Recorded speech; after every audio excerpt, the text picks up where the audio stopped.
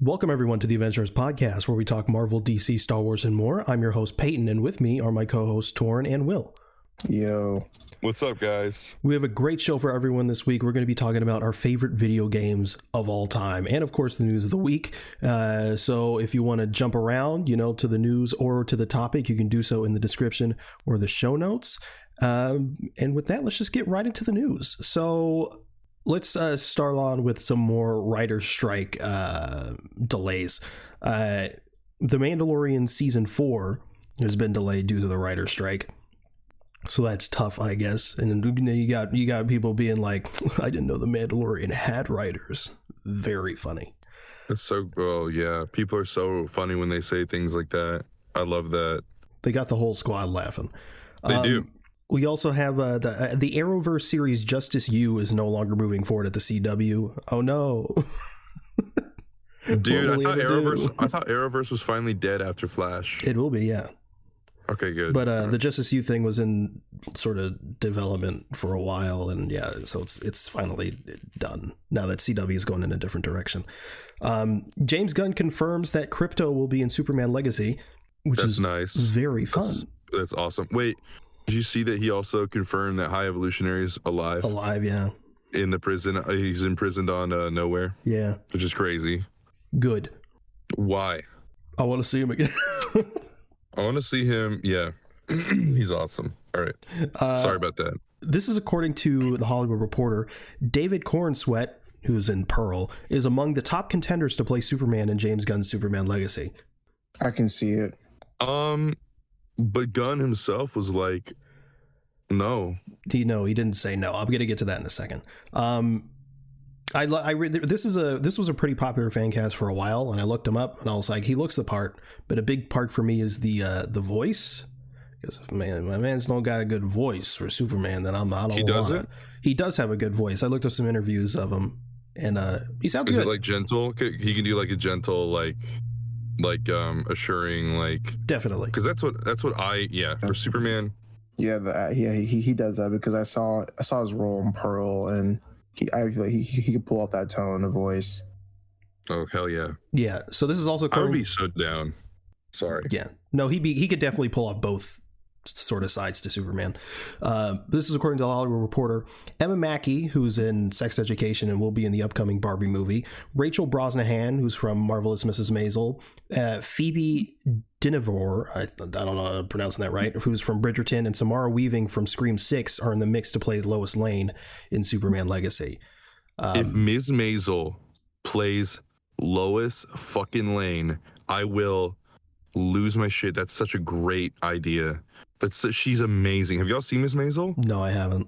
It's so good. No, I did. She would be perfect for Lois. I did look all of them up. I do think Rachel Brosnahan and Emma Mackey are the best choices, at least looks wise. Yeah. But honestly, as long as they just get the character right, I don't care. Look, they have a hard act to follow in Bitsy Tulloch. Okay? Exactly. She's phenomenal. She's best by Lois. Far the best Lois. Yeah. It's insane. So they got a pretty tough act to follow, but I trust it'll be really good, whatever they do. Yeah, but this is also according to the Hollywood Reporter. Nicholas Hoult is being discussed to play Lex Luthor in Superman Legacy, but then Justin Kroll at Deadline said that Hoult is actually up for Superman and not Luthor. But other scoopers came out and said that the Hollywood Reporter one seems to be more accurate. So Nicholas Hoult as Lex Luthor, I think that's pretty solid. I wish that this is weird. A lot of people were talking about this, or maybe not a lot, but some people were talking about this. I think Dave Bautista would fucking kill it as Lex Luthor. Especially because he's bald. No. Because he literally melts into every single role he plays. He's a phenomenal actor, and also because of the Lex Luthor, right? He's like a super hyper masculine, really, guy. And in comics like All-Star Superman, he's obsessed with his physical fitness and shit like that. And like sort of the toxic masculinity being represented through this like intense physicality, and the sort of the different, imagine like the size difference, right, between like a really big Lex Luthor and maybe kind of a smaller guy in like a David Corenswet Superman, and not that he's a small guy, but you know, smaller frame than Dave, it would be a pretty cool contrast and also kind of like thematically pretty interesting. But that's, I mean, oh my god, like I totally just, yeah, Nicholas Hoult as Lex Luthor, that would be cool too. Yeah. I don't like his face. I don't Nicholas like him. Hoult? I don't know. I don't like him. Yeah, I don't know why I don't like him. Someone needs to prove me wrong. He was good in The Menu. I don't like him in X-Men. He didn't really get a lot to do in X-Men. Yeah, no, he didn't. But his face is weird. Like Benedict Cumberbatch, he has a weird face. I'm very shallow. I'm super shallow. Clearly. Yeah.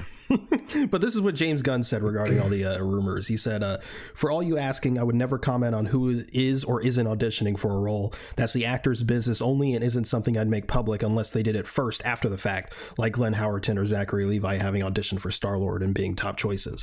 For now, only one person has been cast in Superman Legacy, and it isn't any of the regular players in the Superman world. It's Lobo. Probably. Oh, wait, no, he's not a regular player. Yeah. Yeah. Not a regular player. Oh, Mr. Terrific, maybe, because no, that was a rumor. I don't know, dude. But that's not all he said, because he did come out like yesterday, and he or the day before, and he was like, yeah, like again, just don't believe it unless it's for me and Peter. And like he kind of said something to the effect of like, I'm not gonna report. I'm not gonna like, you know. Yeah, he said he's not gonna debunk stuff anymore because it's getting like super big. Yeah, unless it's like super big and yeah, you know. But I don't know. I really do hope David. I am on the David Corenswet Superman. You know, I'm on that boat. Okay, I like it. As am I. He seems like a great choice. Everyone's calling him the Wish version of Henry Cavill. That's stupid. It is. The disrespect is crazy. That's so annoying. Oh, dude, I love Snyder fanboys. I really do. Yeah, they're pretty cool. I'm the most normal one, and I'm fucking crazy. This is according to Deadline. Chiwetel Ejiofor has been cast in Venom 3. Null. He's null. No. So my question is, why would he do that to his career? Not gonna lie, I didn't even think of anything was happening. Oh yeah, it's happening. Look, dude, he's gonna be Null, God of the Symbiotes, and they're gonna ruin Null because those movies are shit. That's like worst case scenario for me. Null is so sick, and if they do Null here, it's gonna ruin. It's guaranteed to be a bad movie. And it's gonna I hate to be pessimistic. No, it is. It is. Craven is probably the most hopeful one, and it's still probably not going to be better than just like fun. Yeah. I you know, it's like, what happened to the Bad Bunny one? What happened to that? I think it's like in development hell right now. Yeah, I don't think it's canceled, but it's not. Oh yeah, where he plays like a wrestler or something. Yeah, I don't know who. Like, yeah, fucking person showed up in like what 2 Spider-Man comics. I know that Madam Web is also in development hell, right? Like they're not doing shit with that, right? No, they're still working on it. Yeah. Sony Spider-Man movies are just like, oh, what the fuck are they doing over there? I think Madam Web's slated for 2025. That's insane. Or 2024. I hope that it's slated to go to hell and never see the light of day. I'm sorry to everyone who's working on that, but you're worth more. And I love you. And you should come work for me. But who knows? No. It probably will be, yeah. Yeah, no. It's gonna be like Venom 4. This is great news for Torn. This is according to Deadline. Brianna Hildebrand and Shioli Kutsuna will return for Deadpool 3. Oh yeah, as Yukio and Negasonic Teenage Warhead. Yeah, we love Yukio and we love Negasonic. But what happened to Yukio from The Wolverine? Dead. Oh yeah, I love that movie. I don't care what anyone says. She didn't die. What are you talking about? Subspreading false misinformation. Yeah, that Yukio is alive in my heart. I still can't believe they showed us that fucking suit, and oh my god. I know, dude. Jesus. No, but we'll see it in Deadpool. We'll see it in Deadpool 3. We'll see something like that. If not, I will nuke this shit, dude. Let's do it together. This ain't funny, bro. Like, no, it's true. It's true. Like, dude, like trust me. Like, I will start committing war crimes. I will start committing crimes that will make Joker look like a fucking birthday clown. Oh my God. This ain't funny, dude. I better see that damn suit. Hell yeah. I stand in solidarity with you. And also, oh my God, that's a fucking Blue Jay. How pretty. I'm in my car. Mordecai. Whoa. Mordecai. Whoa. Whoa. Oh, dude, but yes, okay. I am so fucking ready for that suit to be shown, and it's gonna look badass. And I'm tired of people. I'm so fucking tired of it's gonna look stupid in live action. Yeah, fuck that bullshit. Christopher Reeve's Superman looks great.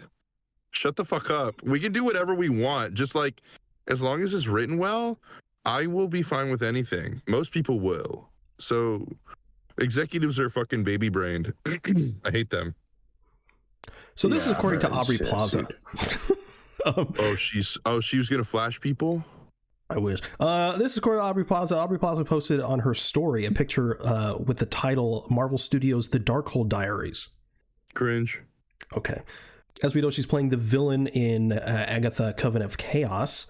But the question is, like, it's definitely not like a new title. There's no way to call it the Darkhold Diaries. Or maybe they'll pull a fast one. I don't know. It's kind of catchier than Coven of Chaos, I guess. But like, I don't know whether it's like a fun placeholder. It's supposed to be like a dark comedy. It could just be like sort of like WandaVision-esque, where they, like, I don't know, change gears and, oh look, it's the Darkhold Diaries now or something, and they do like a parody of the Princess Diaries. I hate that corner of Marvel, so I really don't care. What corner?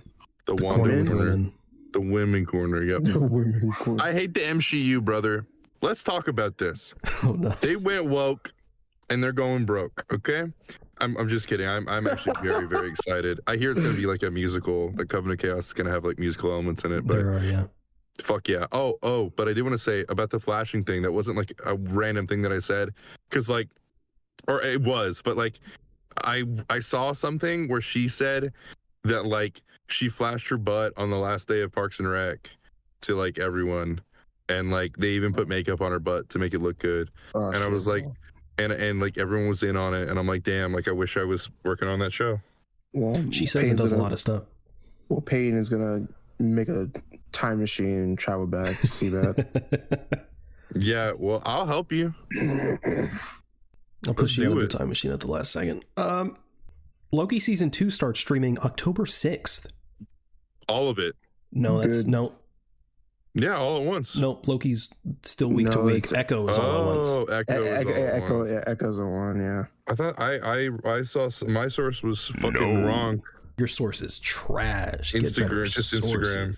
It's just Instagram. But yes, all episodes of Echo release November 29th. Guys, Emergency Awesome. He says we're all wrong, so we need to listen to Emergency Awesome. I remember I fucking used to love watch that Emergency guy. Awesome. Dude, Yeah. they're the fucking worst. They're the actual worst. I used to like watch them like pretty consistently, and then I was like, Same. dude, this feels like very clickbait. Yeah, They're all fake. It's all just like random clickbait bullshit where they like say something and then like the video like just like talks in circles. But you want to know who's the GOAT though? New rock stars. Oh no. Oh fuck yeah. New rock stars, bro. The new rock stars. Every time, you know, like you watch a new movie, they're always gonna be like uploading it, like uploading a video on YouTube. It's like, yeah, 100 Easter eggs that like, you know, that you missed in this movie. I'm like, dude, I just got out of this movie. Like, what are you talking about, bro? This grain of sand is a reference to the Marvel comic. No. No, but so all episodes of Echo are streaming November 29th. She's so hot. What does this mean? Because a lot of people are like very concerned, or people are like me, and I'm like, I think they just want to try out something. Yeah, I don't know. I don't think it means anything bad, because like I think that because Netflix is very successful with their like binge thing. Yeah.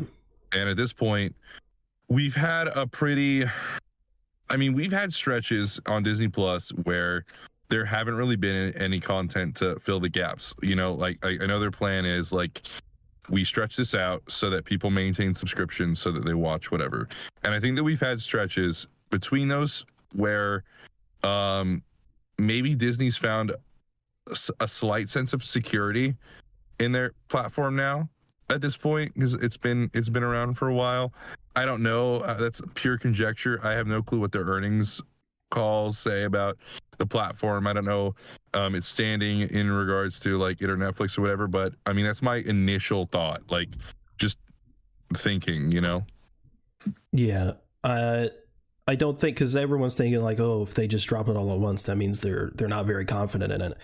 And it is like sandwiched in between like Loki and the Marvels.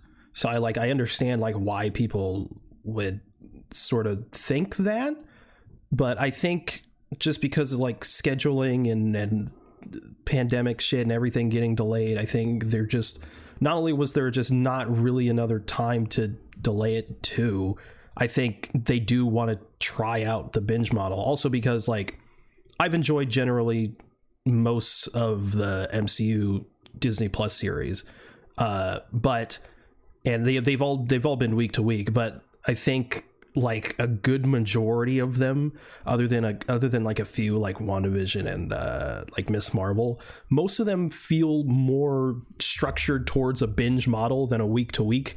Yeah, a lot of them would have benefited from they do benefit from from binging. Whenever you rewatch the shows, they flow a lot better. Exactly. So I think if either maybe they are just like being like, maybe we'll try out a binge model for this series and see, maybe that's what we want to do going forward, or maybe they saw the way it was structured and was like, this would probably benefit from binging rather than week to week.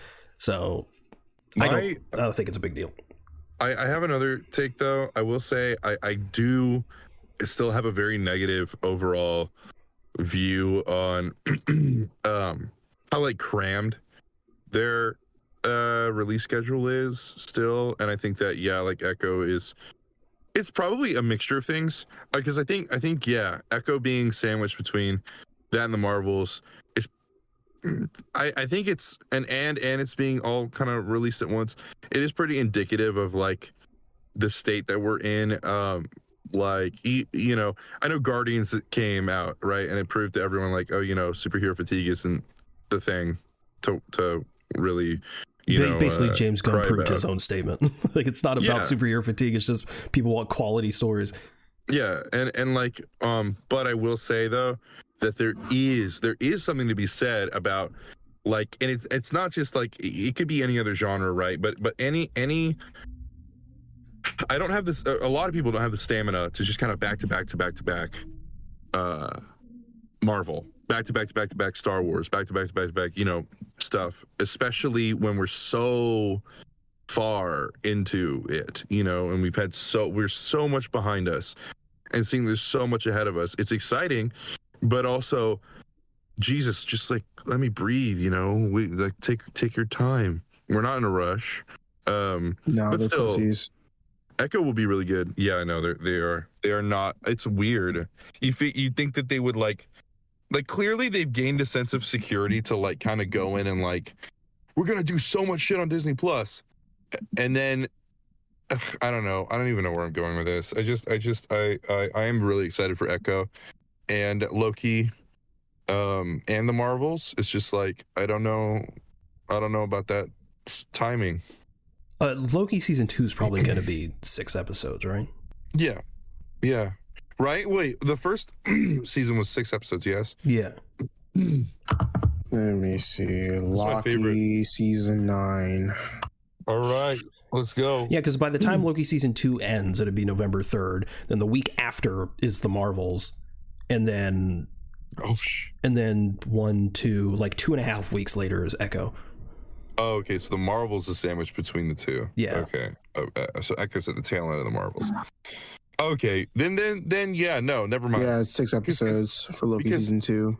Because Peyton, because I don't know, I don't know if I misheard you or you said, because like no, I miss. Okay. Yeah, I thought it was sandwiched in between the Marvels and. Strike what I said off the thing, off the ballots, off the record. Okay, fuck that entire like 5 minutes I just talked.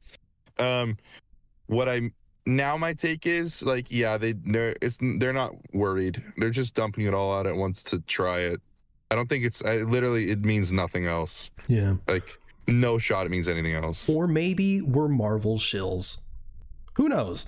Which we are. This is huge if true. This is according to the Hot Mic podcast. Apparently, Jeff Loveness is reportedly no longer going to write I almost said Avengenerds. What the fuck? He's no longer going to write Avengers: The Kang Dynasty. Holy fuck! It makes sense. Yeah, it definitely makes sense considering of like the reception of Quantumania and everything surrounding it. I'm hype again. I mean, it's sort of the same. I mean, I'm not saying I'm not like upset about it, but like I can definitely understand. But like I definitely wanted to see what he would have taken the Kang Dynasty to, considering there was the originally Ant-Man and the Wasp Quantumania was supposed to be something different. I wanted to see what Jeff would have done with the Kang Dynasty, but I mean, of course, that's fine. A new writer will be better, I guess.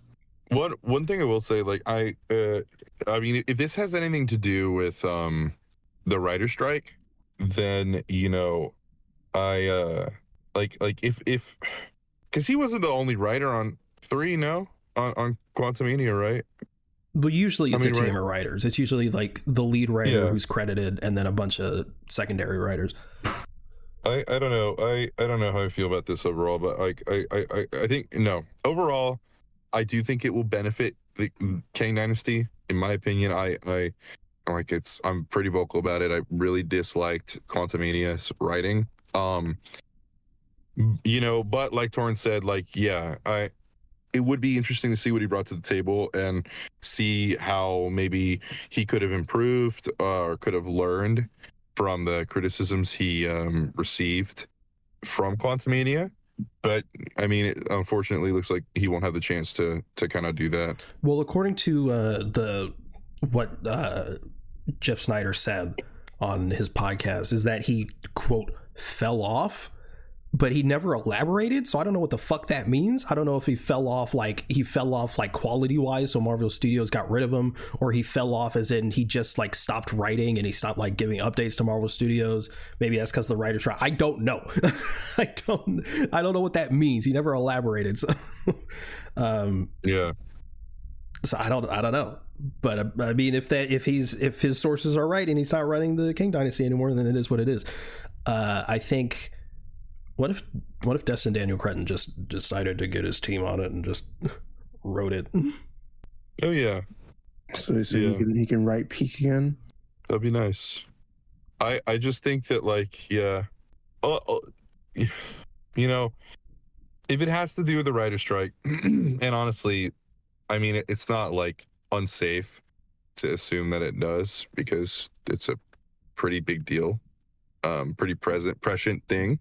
It's like, if it does, then yeah, it's unfortunate. But if it was his choice, if it was his choice to leave, then like good for you. Go get him. Yeah. Go back to Rick and Morty. Oh God, yeah. But that's it for the news of the week, which means it's time to move on to our topic, which is our favorite video games of all time. Who wants to start? I would love to. Okay. Wait. I'm gonna go. Okay. Just to preface this, number one, Will's is the only one that's in order. I'm very serious about this. Yeah, I don't know if I could choose an order. It'd be very hard for me. It's like, I don't know.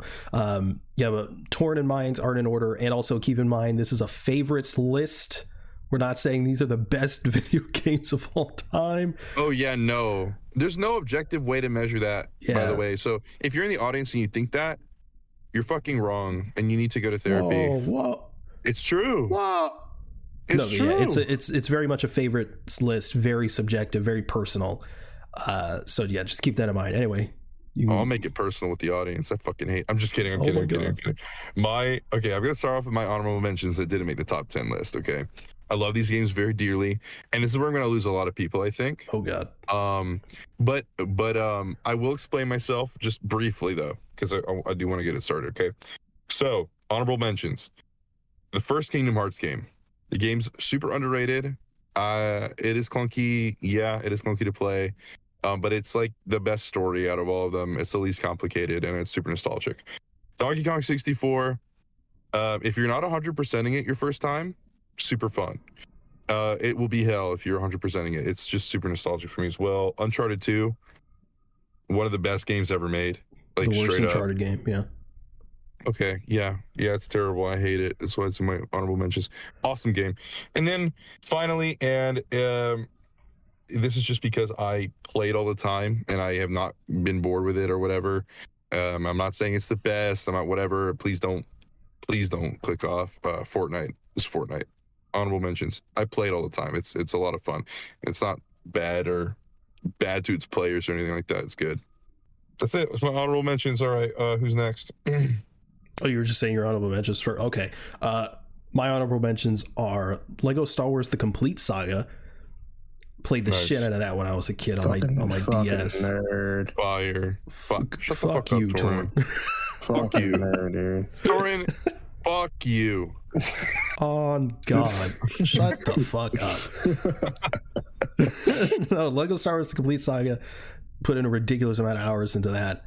Fucking love that game, especially on the DS because it has like mini games and shit. Oh, so good. Michael Jackson, The Experience. What? Yeah, I fucking love that game, bro. What? I loved that game as a kid. Oh my God, Michael Jackson, The Experience. Hell What yeah! What the fuck did you parents get that for you at a fucking garage sale? Hell no! I think it was for Christmas or my birthday or something. Great game. Yeah. What's wrong with you? It's Michael Jackson. Yeah, it's Michael Jackson, the greatest of all time. He loves kids.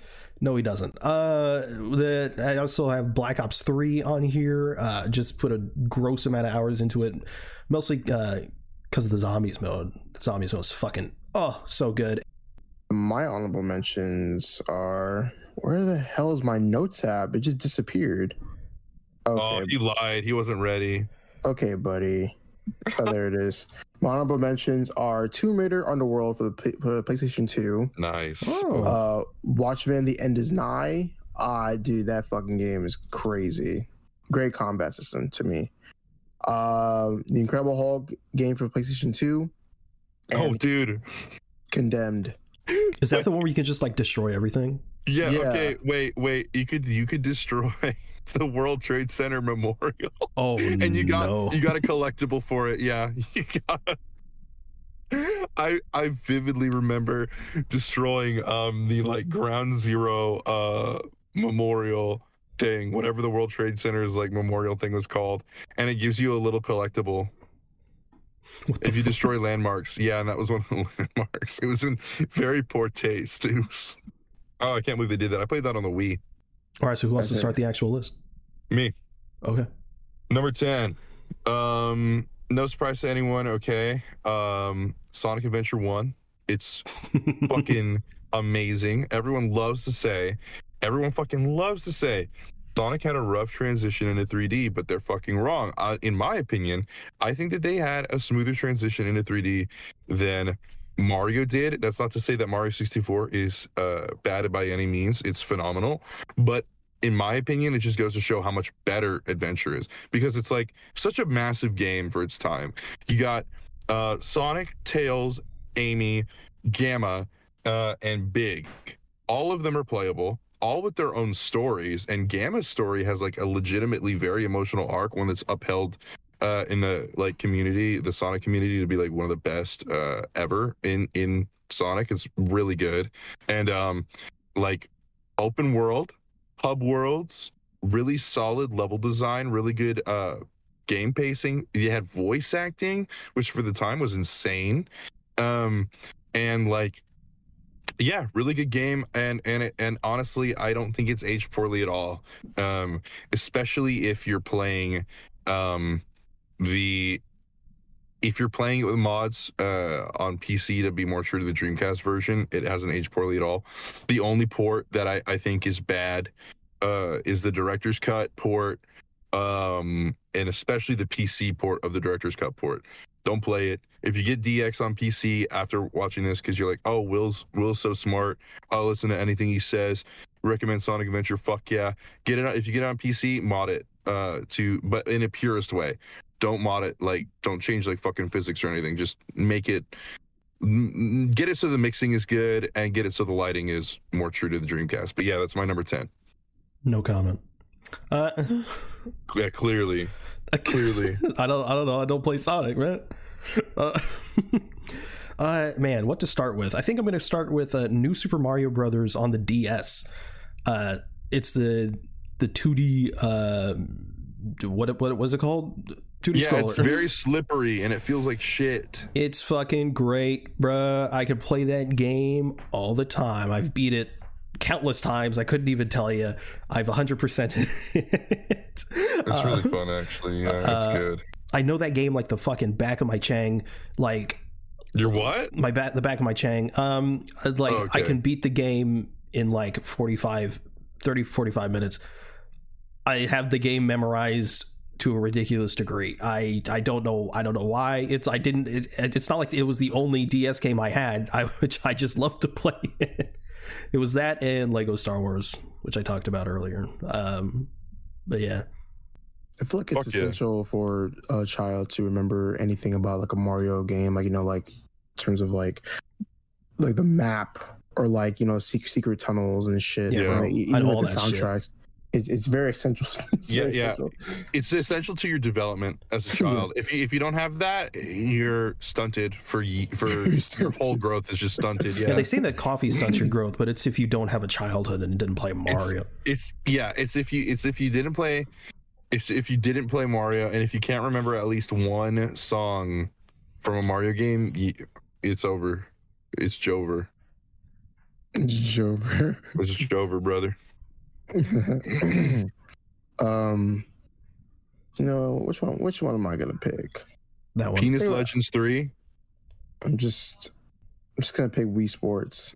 I'm so funny. I was so tempted to put Wii Sports in. I should have put in honorable mentions, actually. Dude, Wii Sports and Wii Sports Resort, dude, it's crazy, dude. I think one of the highlights for me was the sword fighting one. Oh, fencing? Fencing, and the soundtrack behind it. It's boxing. Crazy. Boxing. The boxing one and having to go against Matt, who fucking knocks your ass out. Who gave Wii Sports the right to be so good? I was always a bowling man myself.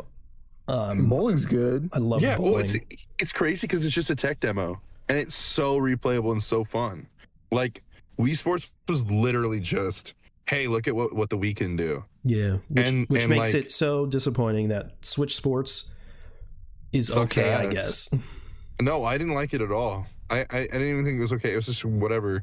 But honestly, maybe if I was the right age for it, because I think Wii Sports, like if Wii Sports came out and I was an adult, I probably wouldn't be interested in playing it. I don't know, man. I could play some Wii Sports right now and have a blast. I could right now, but I grew up with it as a child. What I'm saying is like if I had no notion of what it was, no whatever, it was introduced to me for the first time right now, right? And I was an adult. The Wii just came out. I probably wouldn't be playing Wii Sports. I'd probably be playing, you know, Mario Galaxy, and that's probably it. You know, Zelda, Twilight Princess. Yeah. Wii Sports is so good. We should all take a vacation to the resort together and the Wii Resort? Do a podcast there. Yeah, the Wii Resort. Hell yeah. Do some fucking paragliding. Paragliding on the podcast. We'll film it from up really high. And a gust of wind, like... just constantly, just... knocked one of us out of the sky. Welcome everyone to the Avengenerds. Oh shit, Tor just fell. Oh god. I love that it's Torin. I love that it's Torin that fell. No, dude. I definitely fell. You fell. And then we got a death on audio and on camera because we were like, this is the first one we're going to film. And Torin dies. As I'm falling, you just hear me say, oh. I'm just... Thanks for listening. Bro. Oh, fuck, man. Shit. And then I just... That's such a awesome last words. Is that it? Are you good with that? Yeah, I'm good with Wii Sports. Number 9, coming in hot at number 9, Crash Bandicoot 2. That game is so fun to 100%. I play it regularly. I have the maps memorized, and it's really nostalgic for me. Played it as a kid, and I never beat it as a kid, but I had a lot of fun with it. And then growing up replayed, got back into it in like senior year of high school, and fuck, it's awesome. It still holds up. And I'll put I'm cheating a little bit. Crash Bandicoot 4, It's About Time is also at number 9. Like both of those games are there for me. I think Crash 4 is such a great also like continuation of Crash, and it's just like bigger and better. It's awesome. It's super hard to 100% though. It's very hard to 100%. Took me an incredibly long time to do that, but it's worth playing. It's super fun. I'm sure it is. Platformers are the best. I like platformers are just the best game type. They are pretty good. All right. It's nice to have a platformer every once in a while. My next one is Mario Kart Wii.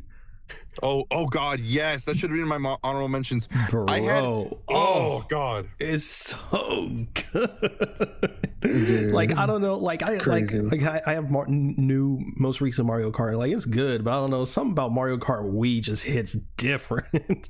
I held, and I'm not lying, I held the world record for DK Summit for just like 2 minutes, and I was so happy as a kid to do that. DK Summit's such a good map.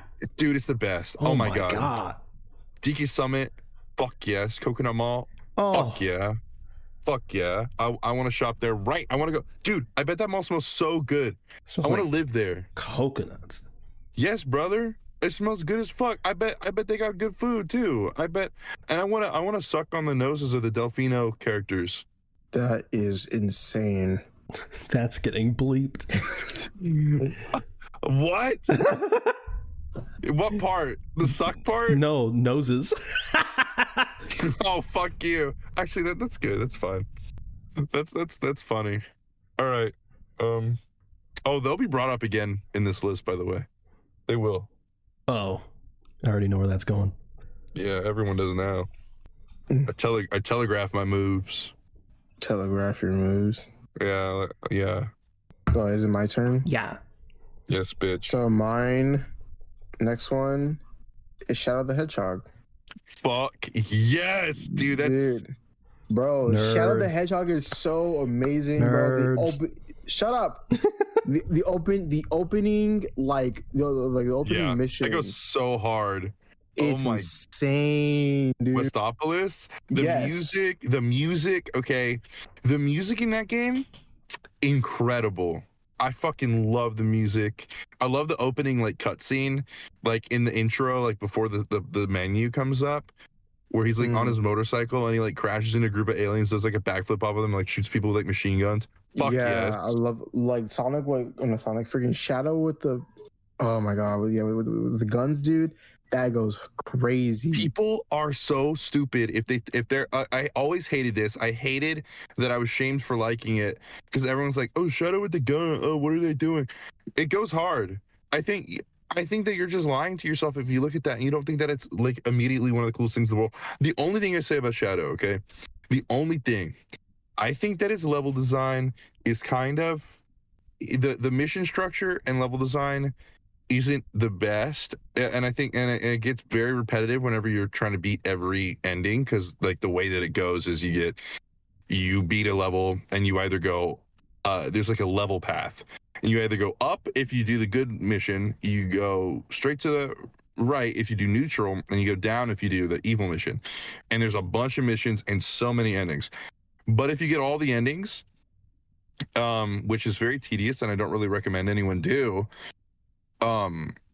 you get hard mode, and playing the game through hard mode where you're just kind of blasting through the levels and you're not really like trying to trek through all these levels to see, oh, I missed one soldier that I have to kill, like I gotta go like 3 checkpoints back and backtrack or whatever.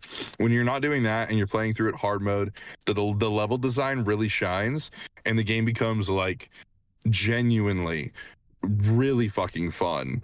But yeah, I love Shadow the Hedgehog. Dude, I'm actually upset because so you know how like for your PlayStation 2 you need to have the memory card. Yeah, it's gone. Like it's gone, dude. Like I don't have it, and I had it on my PlayStation 2 card. So I need to get some, because I want to play those games again, dude. Like I want to. You can emulate them, dude. That's right. You can emulate them. And they run, dude. I got them on my Steam Deck. I got the reason I got my Steam Deck, and this is gonna be so fucking funny to anyone listening, is to play every single Sonic game in one place, handheld. And I got Shadow the Hedgehog running on that thing perfectly. Yeah. Perfectly. But yeah, dude. I mean, if you have like a laptop, you can run Shadow the Hedgehog. Just get a. Oh my dude, my laptop's gonna shit itself, dude. I don't think I can do that right now. No, dude. I promise.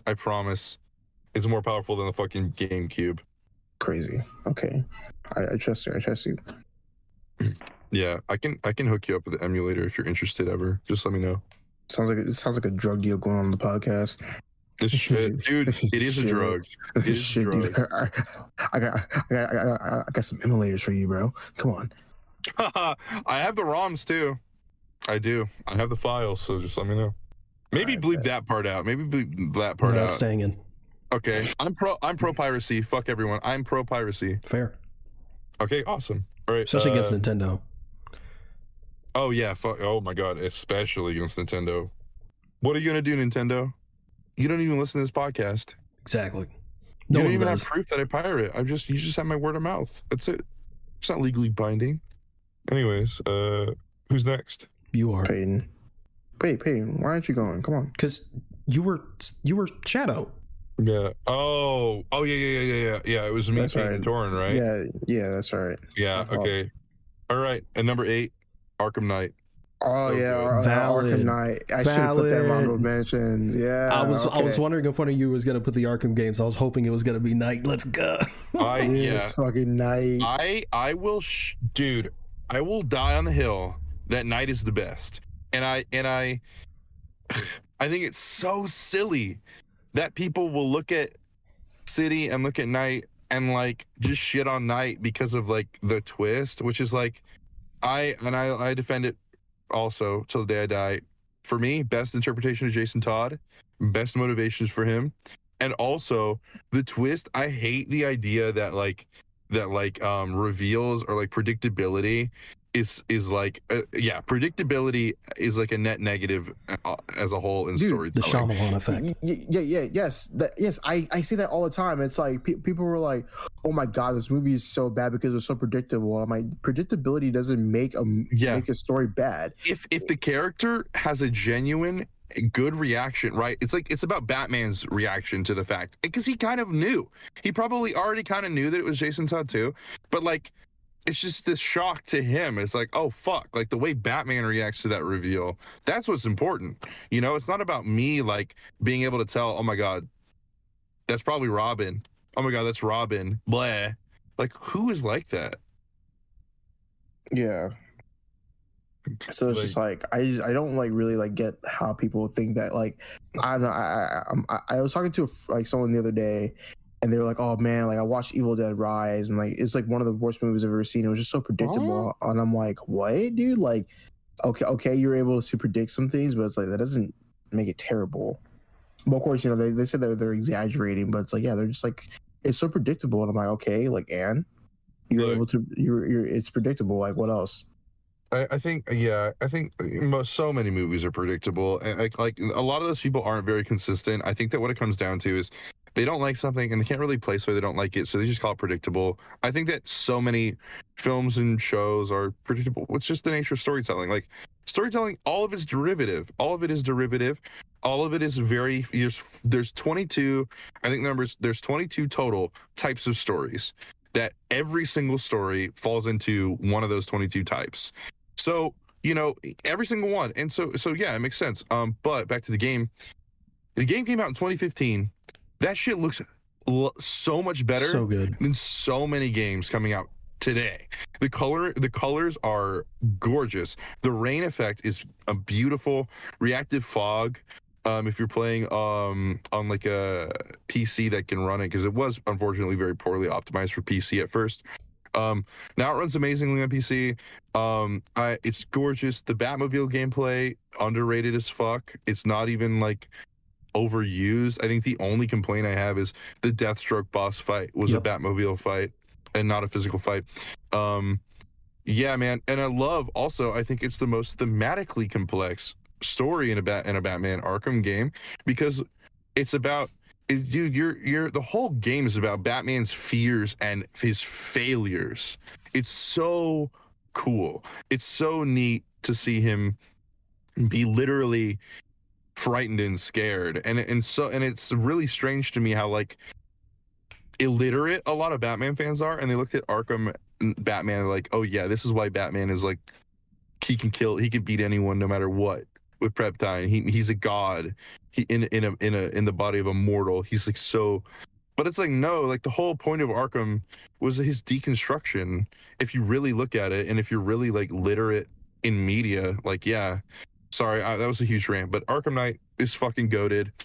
And if you hate it, then you need to replay it. Yeah, please. like the biggest compliment I think I can give the game is I'm a huge fan of the Joker. He's my favorite villain of all time. But even me having the Joker be the main villain of Asylum and City, it's like, are we gonna get is the Joker gonna be the main villain again? And they managed to weave in the Joker in such an incredible way without making it feel repetitive, and still have him be sort of the pseudo villain of the thing without him being like the villain.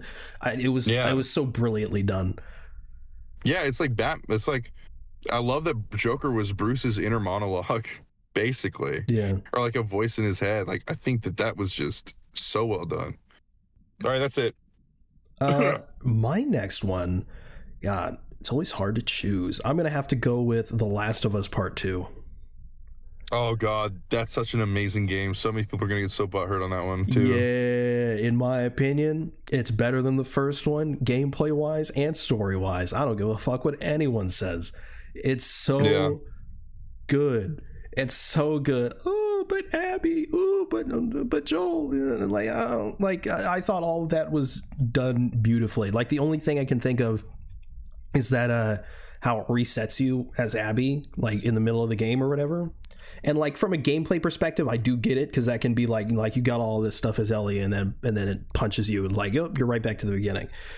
I get that, but from a storytelling point, beautifully well done. It's so incredibly good, and the performances are stunning. Just everything about it, man. Like playing as Abby, and eventually going up against Ellie as if she's so good. It is easily the most narratively complex AAA game, for sure, and it pulls it off fucking with such grace. And I think like, and again, it's these people, the people who criticize it are these like gamers who kind of, they have expectations, and if they're not met, then they get, upset. But like, yeah, as a medium for storytelling, video games have come such a long way, and I think The Last of Us 2 is one of the like testaments to that. It's one of the best examples in storytelling of you're the hero in your own story. Yeah.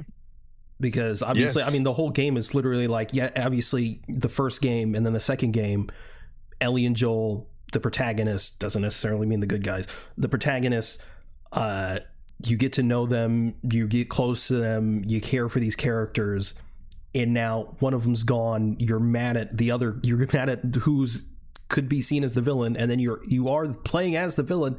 But it turns out maybe the villain ain't so bad. Maybe the villain, kind of cool. Yeah. And maybe, also, there's direct parallels in each of the stories, and maybe no one is necessarily the good guy in these kind of scenarios. I really like the whole, how violence is cyclical, and how everything is just perspective. And it's a super emotionally mature story to tell. It's a super mature story to tell. And I think it's one that it's like, it genuinely, in my opinion, imparts wisdom, like a genuine wisdom to, its players. It's just like, and the people who like don't get it or what. I think it's one thing, right? If you beat the game, you get the story, whatever, you don't like it, and fair, whatever. But like you don't finish the game or you're not really giving it a fair shake, or you're going into it negative just because Joel died in a quote unquote unceremonious way. It was real. It felt raw. Exactly. It was real. And Joel, it was karma, dude. It was Joel. It was karma, and people are like, Yeah. well, why did he even tell her name? Why wouldn't he? They're building a whole city. Like, he saved her life. She's actually helping them and shit. Yeah. It's like, yeah, well, I'm Joel. It's my brother Tommy. We got a town if you guys want to like set up. Like, he's being a nice guy. Like, people like, this is a family man. This is a fucking father. He wasn't always like fucking like big and brutal. He's complex. He's not evil. He's just fucking complicated. Everyone is. Yeah, and the game takes place what, like 4 years after the first game. So he's been like living comfortably for like 4 years straight without any real like like intense like traumatizing moments. Bro's just trying to live. And you know, obviously, what is he? Does he really think that some random doctor he killed, that he had a daughter and his daughter is gonna go on a revenge? But he doesn't fucking know that. Yeah, no, and yeah, I think it's just so weird how like the story is played very straightforward, you know, and like it's pretty clear. It's not like it's like super vague or super hard to understand. It's just like people are just have no media literacy, and we talk about this so much, but like people are just fucking stupid. Yeah. Torn hated that shit though. No, I didn't. You hated it. You said it was. You said it was a terrible story. They ruined the first game. He said, "Why would I want to play as two women?" He said, "Why would I want to play as two women?" Exactly. That's exactly what he said. Remember when before the game came out, they were like, "Why is Abby so muscular?" I mean, I don't think we knew her name was Abby yet, but they were like, "She looks like a guy." Oh my god, Abby is one of the hottest fucking characters ever. Holy fuck, she's so fine. Weirdo behavior. Next one is Force Unleashed, the first one. Fuck yeah. Great game. Great storytelling. Goat Whitworth. Right, for real. Oh my god, dude, it's just like, especially because I played that game like at least like 3 times. I played it on the Wii, and then I played it on the Xbox, and then I played it on my Xbox One, so 360 one, and then the Wii. It's all very different. The Wii version is the best, in my opinion. Yeah, because you actually can use like the force powers and shit. Yeah. Well, yeah, it's that, and also there's more content. Yeah, there is. There is more content. There's actually a multiplayer component, where you choose your like Jedi that you want to play as, and you can like basically go 1-on-1 against another player. So you can be Anakin and Obi-Wan. You can choose your. Yeah, it's sick. It was the game's the story is paced a little differently as well. There's like some key differences in the level layout or whatever. It's interesting how different it is. And after playing that version and the like 360 version and the whatever, I prefer the Wii version. But then for Force Unleashed 2, 360 is the best for that one. Yeah. I think I played the second one on PlayStation 3 and Xbox. But yeah, Force Unleashed is fucking amazing. Dude, Sam is just incredible too. Like, he's amazing. I love that they just. I love how like. Nah, fuck Sam Witwer. He doesn't like The Last Jedi. Oh yeah, that's right. He doesn't.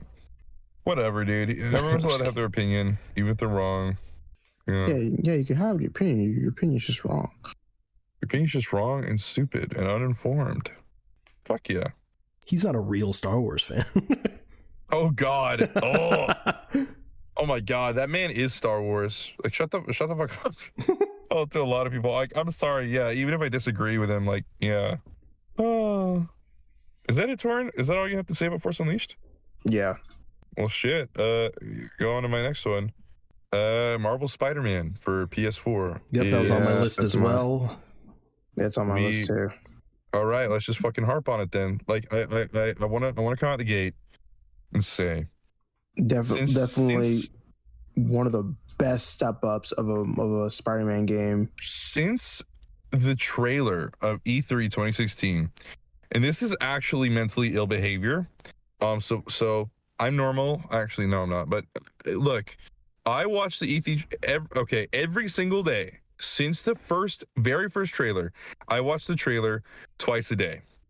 And I set a countdown in my calendar as soon as it had a release date. I pre-ordered that game twice.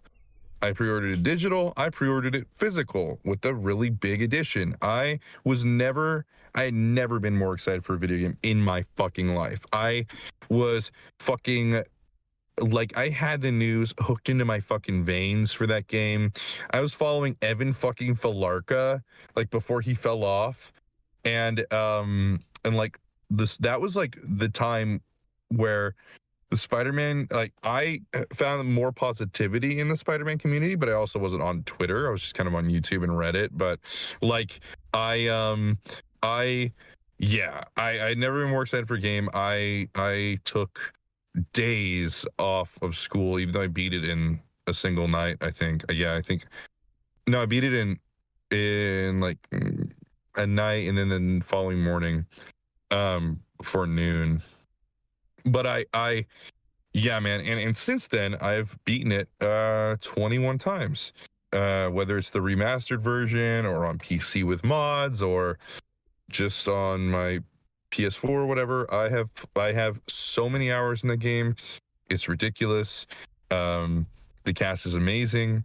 Yuri Lowenthal's Spider-Man, I'm gonna say it, I prefer it over Josh's in Spectacular Spider-Man. Really good. And you know, they got fucking Rigby to play Doc Ock, and he was fantastic. He's amazing. Oh my god, he brought such a fucking heartbreaking like humanity to him. And everyone knew leading into the game, like, oh yeah, like Dr. Octopus is gonna be the main villain, even though they like kind of dancing around it, whatever. Yeah, it's Doc Ock, and he's great. Norman is voiced by Deathstroke in Arkham, and that voice actor does my favorite Deathstroke voice. He's great as Norman. The Sinister Six dynamic is great. I love the prison set piece is fucking insane. I think that's still my favorite part of the game is you go to the prison, Rikers break out, and you go respond to that, and like you get this insane set piece. It's great. There's so much emotion. And the raft, not Rikers. What the fuck? The raft. Yes. And there's so much emotion in the finale. Also, like Peter walking away from Otto, and I know I'm just fucking popping off. It's amazing. It's such a genuinely great Spider-Man story. And the only complaint I have with it is just for replayability's sake. I play the game so many times. I really hate MJ's segments. I think that the one that works the best, the one that still I have no complaints, no notes on, is Miles and Rhino. Like that sequence, like playing as Miles, running away from Rhino. And I understand why they're there. I don't really think that they're bad there, but it's just more so like, especially for like a first playthrough, they're great. It's fine. And it's a good change of pace in my opinion. But on replays, it sucks. But yeah, that's it. Yeah. Also, it was really, really cool to have like Mr. Negative, like just as a villain as a whole, because it was very different, and it's something that like just spice things up, because you know, like in video games and like, a whole lot of media as a whole, we don't really see a lot of Mr. Negative unless you read like a lot of the comics. Yeah. So seeing that like back like with the demo, and in the actual game itself, it was actually really, really cool to see. But yeah, just the storytelling of Spider-Man PS4 is just incredible. Knowing that like he has like the dynamic of not only the Sinister Six, but like Aunt May, and like even like like Mary Jane. I think it's also really cool how like we're getting to the perspective of like Mary Jane, playing as her, and her doing like her own thing. I know some people have like some complaints about that, but I think it was like a really cool part of the story. But I think like that's how you craft a fucking like Spider-Man story, instead of like the bullshit we're getting in the fucking comics. Holy shit. Yeah, the comics is insane right now. Let me not get into that. I'm gonna get fucking upset. But like, it's like it's everything that you can want in a Spider-Man story. You know, of course, you know he's well experienced. Of course, you know he's still poor. He has a relationship with Mary Jane, which, like, of course, you know they're gonna always gonna have their ups and downs. But like, you know, they still get through in the end.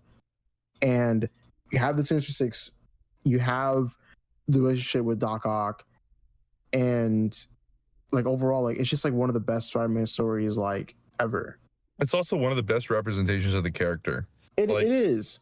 Like, I don't know, man. I'm just like I'm just fucking tired of like seeing Spider-Man like get shit on, like all the time. Like he's never really happy in the comics. Especially, oh my god, dude, it's so insane because it's like Spider-Man is like one of the best characters, and you're fucking him up in the comics, bro. Well, you said you want to talk about it. You're getting upset.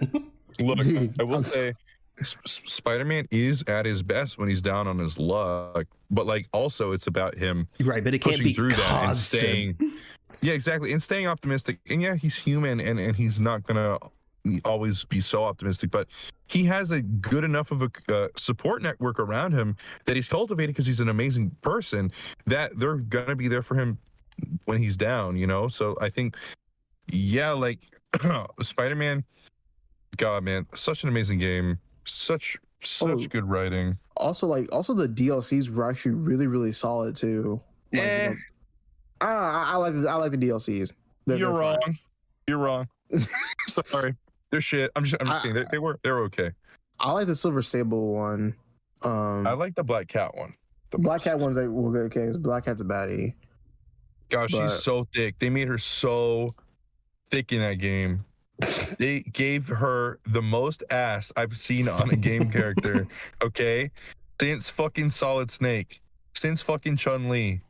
She has, and no one talks about it, she's got the best ass in video games besides Solid Snake. Easily.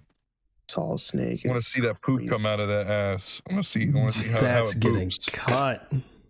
I think, no, but Spider-Man 2018, I think that's one of like, I want to say like 4 or 5 games that I've 100%ed. I'm not 100. I don't 100% games at all, but like Spider-Man is, I was like, yeah, I'm definitely 100%. And I've also played it several times through. It's so, and like, I just played it. I didn't play it on release because I didn't have a fucking PlayStation. So I only played it like a year and a half ago for the first time.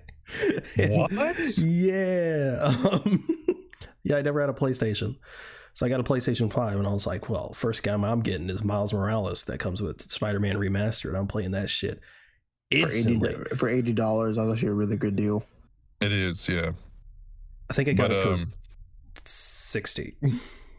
Oh, well, you're stupid. Thank you. Just kidding. But no, yeah, the game's fucking incredible. And of course, you know, the customization is incredible. All the abilities you can use and the gadgets I think are really well done. And you know, second game's coming out this year, hopefully. And the PlayStation Showcase is literally next week or this week. The week this episode's coming out. Yep. Oh my god. Okay, so if we don't see Spider-Man, my hope is gone. If we don't see Spider-Man there, it's Jover. It's literally Jover. It's just not coming out this year. And also, they better show Wolverine. Just a little bit. Just a little bit of Wolverine. Just a little tiny little bit, please. I hope so. But yeah, if we don't get Spider-Man, I'm gonna be very sad. And usually I'm like, if we don't get it, it's whatever. But we're pretty much right around the corner from September, which is this rumored release. But it's like, summer. come on, give us something. I think hopefully maybe, I mean, Mortal Kombat, right? We didn't really get shit. And it's coming out in September. New Mortal Kombat game, we didn't get shit till last week. So yeah, you know, it's fine. It's fine. We're close. We're close enough. Just fuck. Everyone's so excited. It's good for them because they don't have to fucking worry about marketing the shit out of it. Really. True. Because they know people want it. People are hungry for it. It sold so many copies. My biggest hope is that just more animations for his swinging, and also for it to be faster. I actually like the slow swinging speed. You know, I was cool with it initially, but I don't know. Anytime I replay it, I'm like, I kind of wish I could go faster. Well, if you want to go faster, just point launch everywhere. You know, I don't want to point launch. I want to swing. What I like is, I think Miles has the best feeling swinging. Yeah. I think what I hope that they do is they beef up the trick system like Miles, beef up the animations. I think Miles is really great. I think that's the way that they should approach swinging, and if they want to improve it as well. I think one thing that does need improvement is the auto run parkour system. It can look a little more fluid, and I know that they can do that. But yeah, man, for me, I just want Kraven to be awesome. I'm so excited to see Kraven. It's like my number one pull. Venom is going to be amazing. You know, Tony Daniels, right, is playing Venom. What's his name? Tony Todd. Tony Todd. I was like, in my head, I was like, Tony Daniels or Todd Daniels. I don't know why Daniel came from. We've been watching Daniel the Tiger at my work a lot, so Daniel Day-Lewis. Why. The Daniels. It's Daniel Day-Lewis. I've abandoned my child. I've abandoned my boy. And he says that as he throws Venom off a cliff. Yeah. But I would love. Yeah, I'm just so excited to see Kraven. I want a slingshot. It's not necessary. If it's not in it, I'm not you want a web slingshot? Yeah, but I want a slingshot myself. I don't want that because it always looks awkward. I don't care if it looks awkward. I want to launch myself. Okay. I think that I think there's ways that they could do that. Yeah, that would be cool. But anyways, since that basically counted as turns for all of us, why don't I just go next again? I guess. Okay. Yeah, that's right. Yes, you're good dogs. Okay. Excuse me? What? Oh, you're good boys. Yeah, thank you. All right. Number 6 for me is Mario Sunshine. It's so good. It feels so good to play. I know. Huh? That's what I thought. I know that a lot of people. It is the black sheep of the Mario 3D franchise, which I understand. It is pretty glitchy. It's not as polished. However, the music, the atmosphere, the controls, oh my God, they're just so responsive. It feels so great to play. It's so replayable. And again, I beat this game once a year. It's like a tradition for me. It's such a great summer game. It's such good vibes. Mario's so jiggly. He just jiggles everywhere. When you run and stop and move, it's just so satisfying. Yeah, man, best game of the GameCube. By the way, actually, not the best. We'll get to that later. But yeah, Mario Sunshine. It's a mid game. Anyway, my next one. Oh God, which do I choose first? I think I'm gonna go with BioShock Infinite. I love that game. That's a great choice. Oh, it's so good. I remember the first time I actually played it before I played any of the other BioShocks. Oh wow. And I knew enough about BioShock that I got like the ending. So I was like, oh, okay, cool. But fuck, man, the atmosphere, the fucking level design, the art design, everything about that shit is so good. Oh, the all the character design. I mean, it's BioShock. I mean, I don't even know where to begin with this. The whole timey-wimey shit. I'm a sucker for that shit anyway. But like the twist at the end, I was like, huh? What is that even? Huh? What? Wait, in Infinite? Yeah. I like that twist. No, I mean it like in a good way. I was just like, the fuck? What? Like, oh, like it was insane. But man, I love that game so much. And it's set in like what the 20s? No, it's set in the. And I think it's the 1800s. No, it plays into the 1800s because there's like they talk about like the Battle of Wounded Knee or whatever, slavery and shit. Yeah, I think it is the 20s or the. Because the reason they went up into the sky in the first place is because they were like, America's too woke. Basically, that's basically why. Hell yeah. They're sick of the MCU. It was the MCU. They were sick of the MCU. They said, you know what? Kathleen Kennedy and the MCU. We got to get out of here. And so they rose up to the sky. Okay, I was right. It was 1912. Yeah, 1912. Because it was in that War of 1812. James Madison said, the president rap.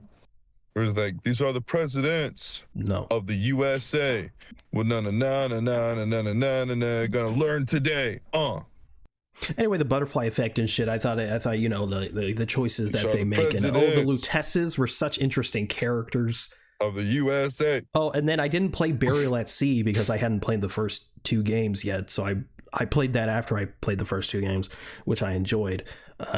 Although I wasn't a fan of the second game, not gonna lie. I like the aesthetic of the others more because I like underwater shit, and I like it's not really Lovecraftian because it's not like the kind of like horror, but I do like just I love the vibe, the 20s vibe, the deep sea vibe, you know?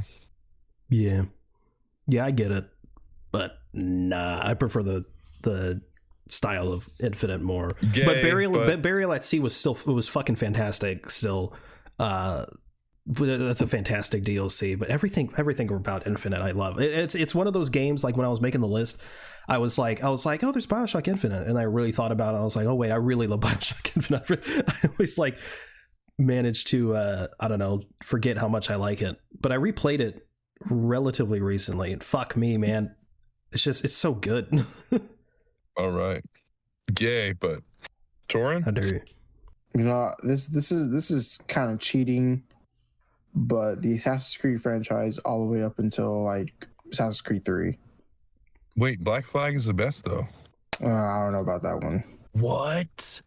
The Black Flag would have been better if I wasn't riding in a ship the whole goddamn time. Wait a minute. Wait. I hate the ship battles. Black Flag is good because it's the least Assassin's Creed game. Because Assassin's Creed games suck. Nah, dude. If you want to like less Assassin's Creed game, go play like Odyssey or something. It's fine. Odyssey's just bloated. I don't know. I'm not a fan. I mean, I'm not a fan of the gameplay of Black Flag. I'm just not a fan of ships. I'm not a fan of the ship play. The ship gameplay. That's like my least favorite. It's probably one of the reasons why I haven't 100% completed Assassin's Creed 3, because there's some missions where you gotta ride in a ship and I'm not good at it, or was so you just don't like pirates. You don't like pirates. No, pirates are fine. I'm just not a fan of the ships. No, you just hate pirates. The on ground stuff is cool. And like the story of Black Flag is amazing. I love Edward Kenway, but I just hate the ship shit. The shit sucks. Actually, no, take that back. Assassin's Creed, all the way up until Desmond, the story of Black Flag, and then Unity. I love Unity. I think Unity is like kind of underrated. But yeah, Assassin's Creed is fucking amazing. It's like, I don't know, like Altair, Ezio. The whole story of Ezio is insane. He's like, of course, he's like everyone's favorite. I know some could be argued with Connor. Connor's incredible too. But dude, like, I don't know. I've always loved the story of Assassin's Creed. It's always been like, you know, kind of. It's always been interesting of like taking like a brotherhood of like people who want to protect the innocent and putting them in like historical events, you know, with Assassin's Creed 3, you know, with Connor being like the French and the French and Indian War, and like, you know, back in like, you know, all that time, and then with Ezio being like, you know, in the be in Italy, and you know, meeting like Da Vinci, and like it's really cool to me. But yeah, I think when Desmond died, it fucking fell off hard. Should not have killed off Desmond. He was so cool. No, he deserved it. And then you got some like random Abstergo cuck who like has the same, you know, like, you know, he was like kind of related to Desmond in a way. It's like, oh, well, yeah, you know, Edward Kenway, here you go. Fucking dumb as hell. And the Unity, like I said, Unity is fun. Unity was cool. Unity's like everyone's least favorite. Yeah, it's everyone's least favorite because like it's like glitchy. It was glitchy at a point, but for me, I love the story of Unity. I love the fact that also when it ties into Assassin's Creed Rogue, because when you play Rogue, it's like the very end is like a part of Unity, which is really fucking cool. Dude, you're a Ubisoft diehard. I guess so, because I mean, one of my favorite games is Watch Dogs. Watch Dogs 2 is amazing. Watch Dogs 2 is the best. I haven't gotten to Watch Dogs 2. I just still get on Watch Dogs 1. Watch Dogs 1 is trash. I beat it. Like I 100% complete the game. I just get on the game and shoot people. So two feels better to play, and it has a better story in my opinion. But it's like still very like Silicon Valley like liberal, which I don't really like. Mm-hmm. It's like very like performatively left, but it's whatever. Like it's clearly written by like millennials who are like out of touch, but I think that the driving feels better finally, and there's more you can do with the hacking, and I think the character's better than Aiden, or his name is like Aiden Pierce, right? Yeah. It was Marcus is I think a better character. But you know, no one values my opinion because I fucking put Sonic Adventure and I put fucking Fortnite in me honorable mentions, yeah. So fuck me, lads. Fuck me. Assassin's Creed, like at one point, it was one of the greatest gaming franchises series. But that's it. Number 5 for me is gonna get shaky, lads. We're gonna get shaky with this one, okay? On a Tuesday, it's Metal Gear 5. That shit's underrated as fuck. That's a solid one. It's a solid one. Metal Gear 5 is everyone's Metal Gear fans' least favorite Metal Gear consistently, which is insane. They call it unfinished, they call it whatever. No, it's a fucking masterpiece. Yeah, I love its commentary on foreign policy, war, militarization, resource extraction, languages and imperialism, like on a whole. I think it's very interesting. Also, it's got to be the best stealth game ever made. The gameplay is so tight. It's so sandboxy. You can tackle situations just so creatively. It feels really responsive. The guns feel amazing. The AI is pretty solid, and just like in general, I don't know. It really perplexes me how shit on that game is. But it's top 5 for me, easily. It's phenomenal, and I think about it all the time. I play it a lot, it's aged amazingly. It's 2015. That's a surprising choice. There's a Wait a minute. Game that I liked a lot. Let me see. Wait, Peyton. What do you mean you're surprised? Because like you said, like 5 is usually considered by Metal Gear fans as one of the worst ones. So it was cool to see see some love for it. That's what it was. Rising? Is it Rising?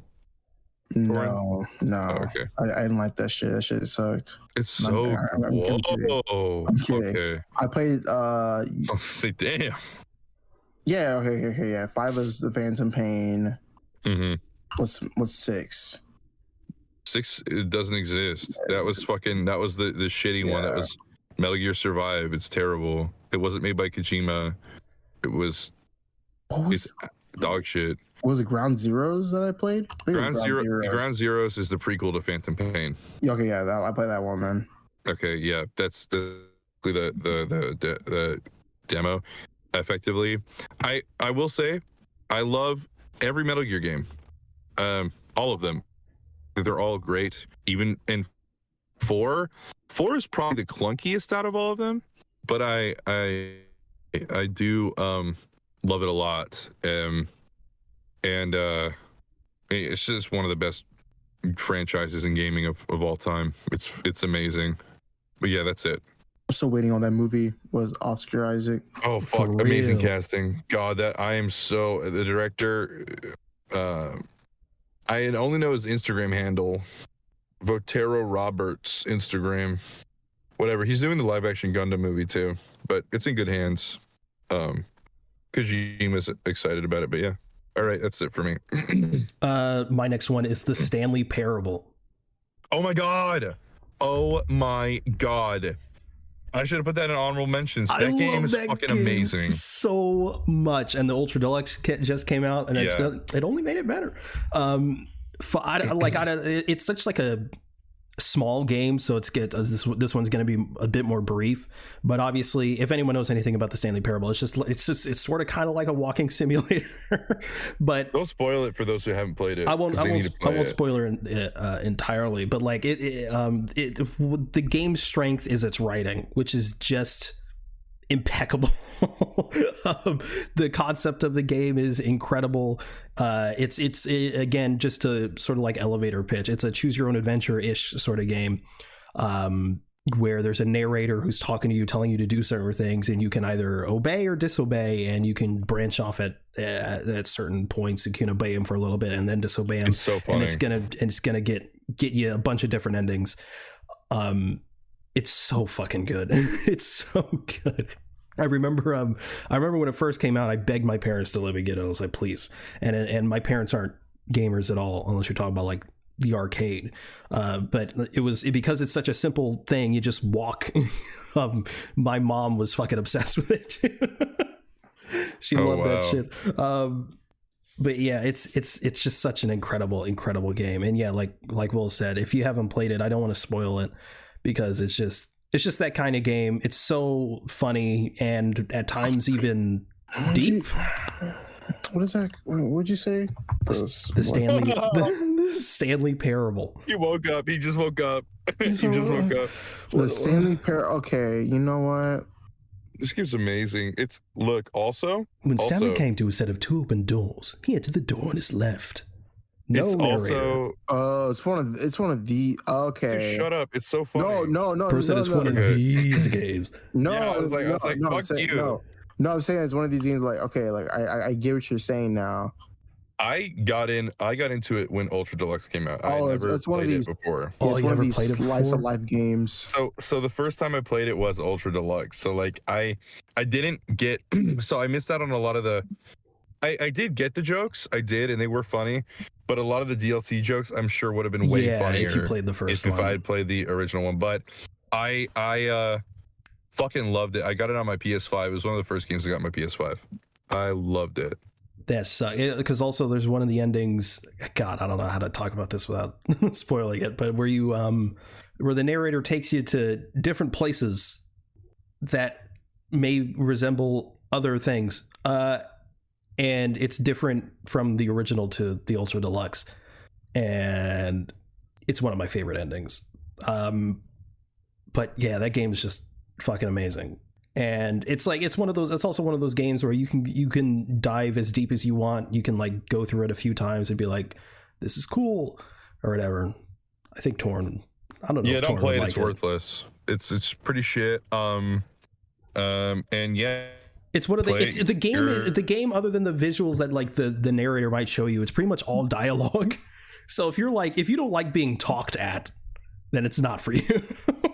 Yeah. You gotta sit there and listen. I would recommend everyone try it out. I think no matter what kind of gamer you are, just open yourself to it, try it out, play it for like at least like do a few endings. I guarantee you'll be hooked. And if you're not, then like whatever, you're just a fucking idiot. But all right, who's next? Torin?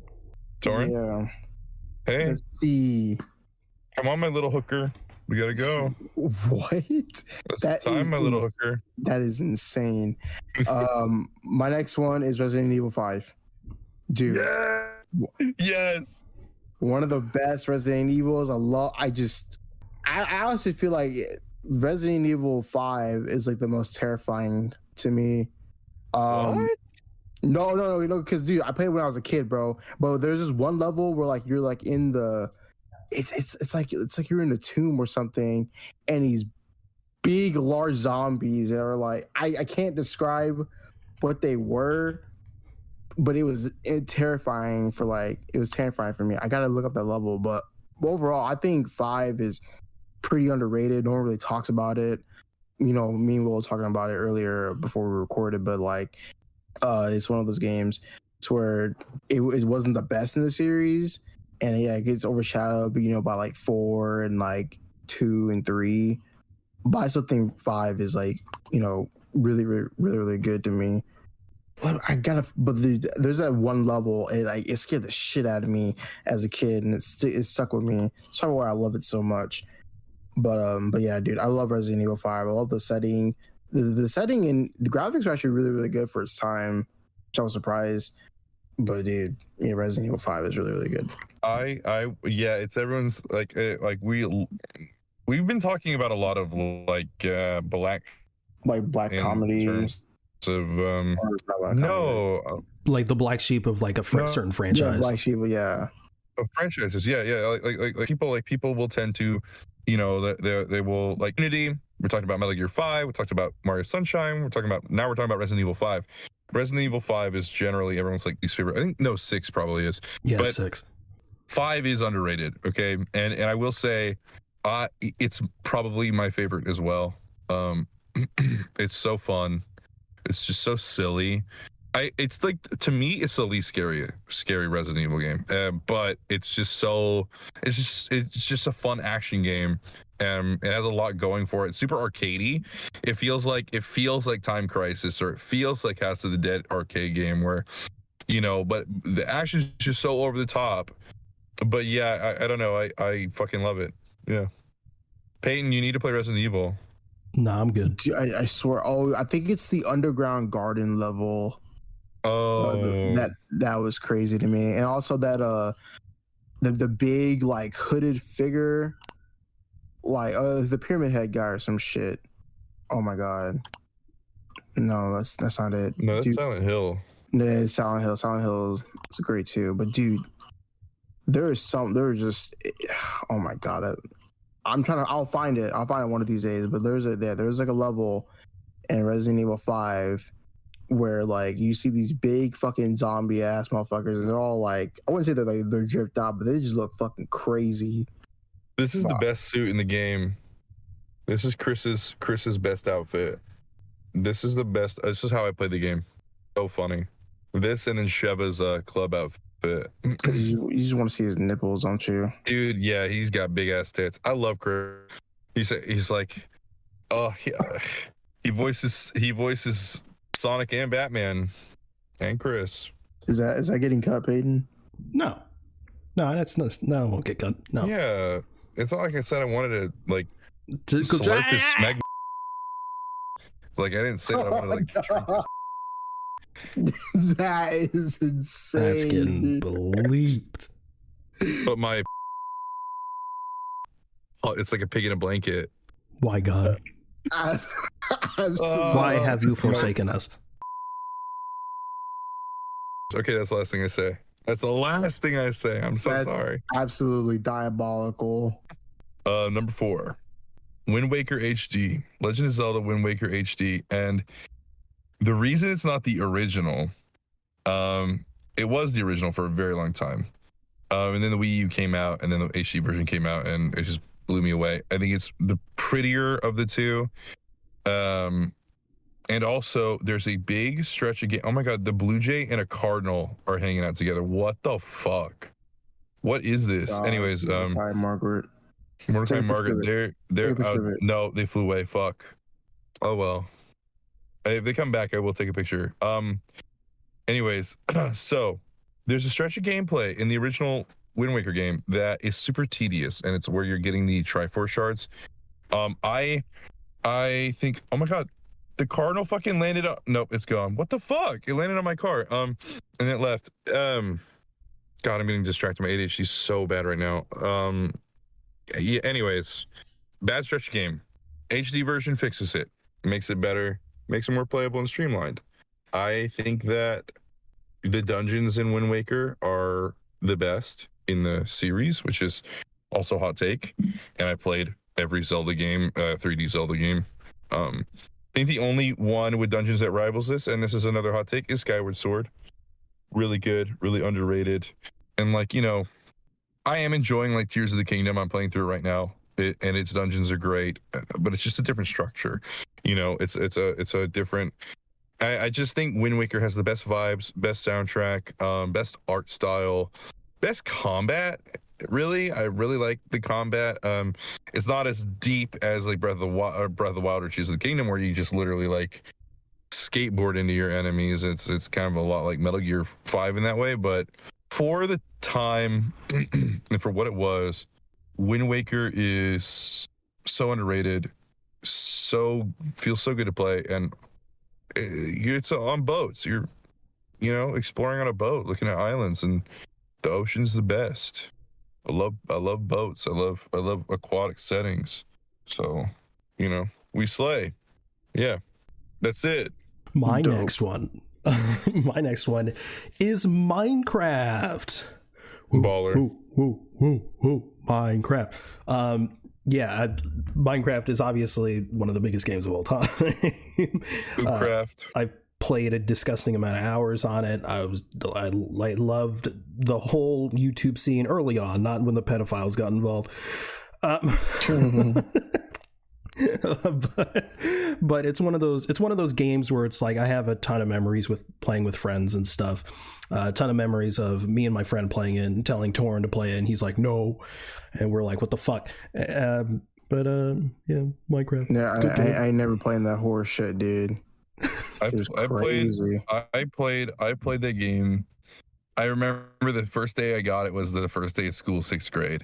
I remember I got it on my the family Mac downstairs in the kitchen. Java, by the way, best way to play Minecraft for sure. It's so good. But like every night I didn't have my own cell phone. I didn't have, and I was downstairs in the family computer because I didn't have my own computer. What I would do is I would call my friend Jeff.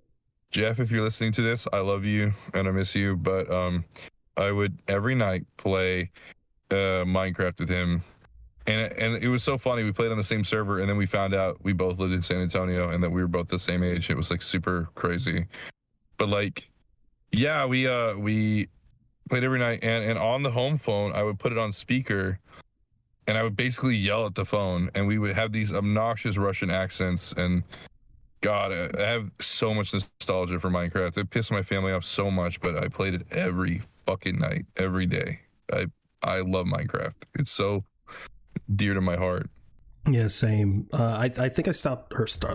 I started playing Minecraft, I want to say in like 2011, 2012. I don't remember what year it was. I just remember the version of Minecraft was version 1.2.5. That's what I remember. And I remember it was like I had to play a cracked version because my parents were getting me that shit. But yeah, it was always fun because since it was a cracked version, I couldn't like go on a server with friends, so my friends had to come to my house and we had to play on LAN. And I played like a really tiny shitty laptop, and Minecraft would get like 12 FPS, but I didn't give a shit. I was having a blast. Yeah, I remember when they added sprinting, and they added the bows that like you could charge up the shots. Yeah, that's what I remember. That update, that was my first update that I remember getting. And the sprinting, yeah, I said sprinting, I think. Yeah, whatever, when they added sprinting. Yeah, remember the creative menu was just just a slide of just every item. It wasn't like categorized at all. Yes, I remember that vividly. There's no search bar. I'm like, where the fuck is the goddamn, like, where's the obsidian? Like, I can't find it. It took ages too, and that was before they made everything more complicated, more blocks. I also miss the old textures. I miss the old textures. I'm an old head, okay? I don't know. Minecraft just doesn't.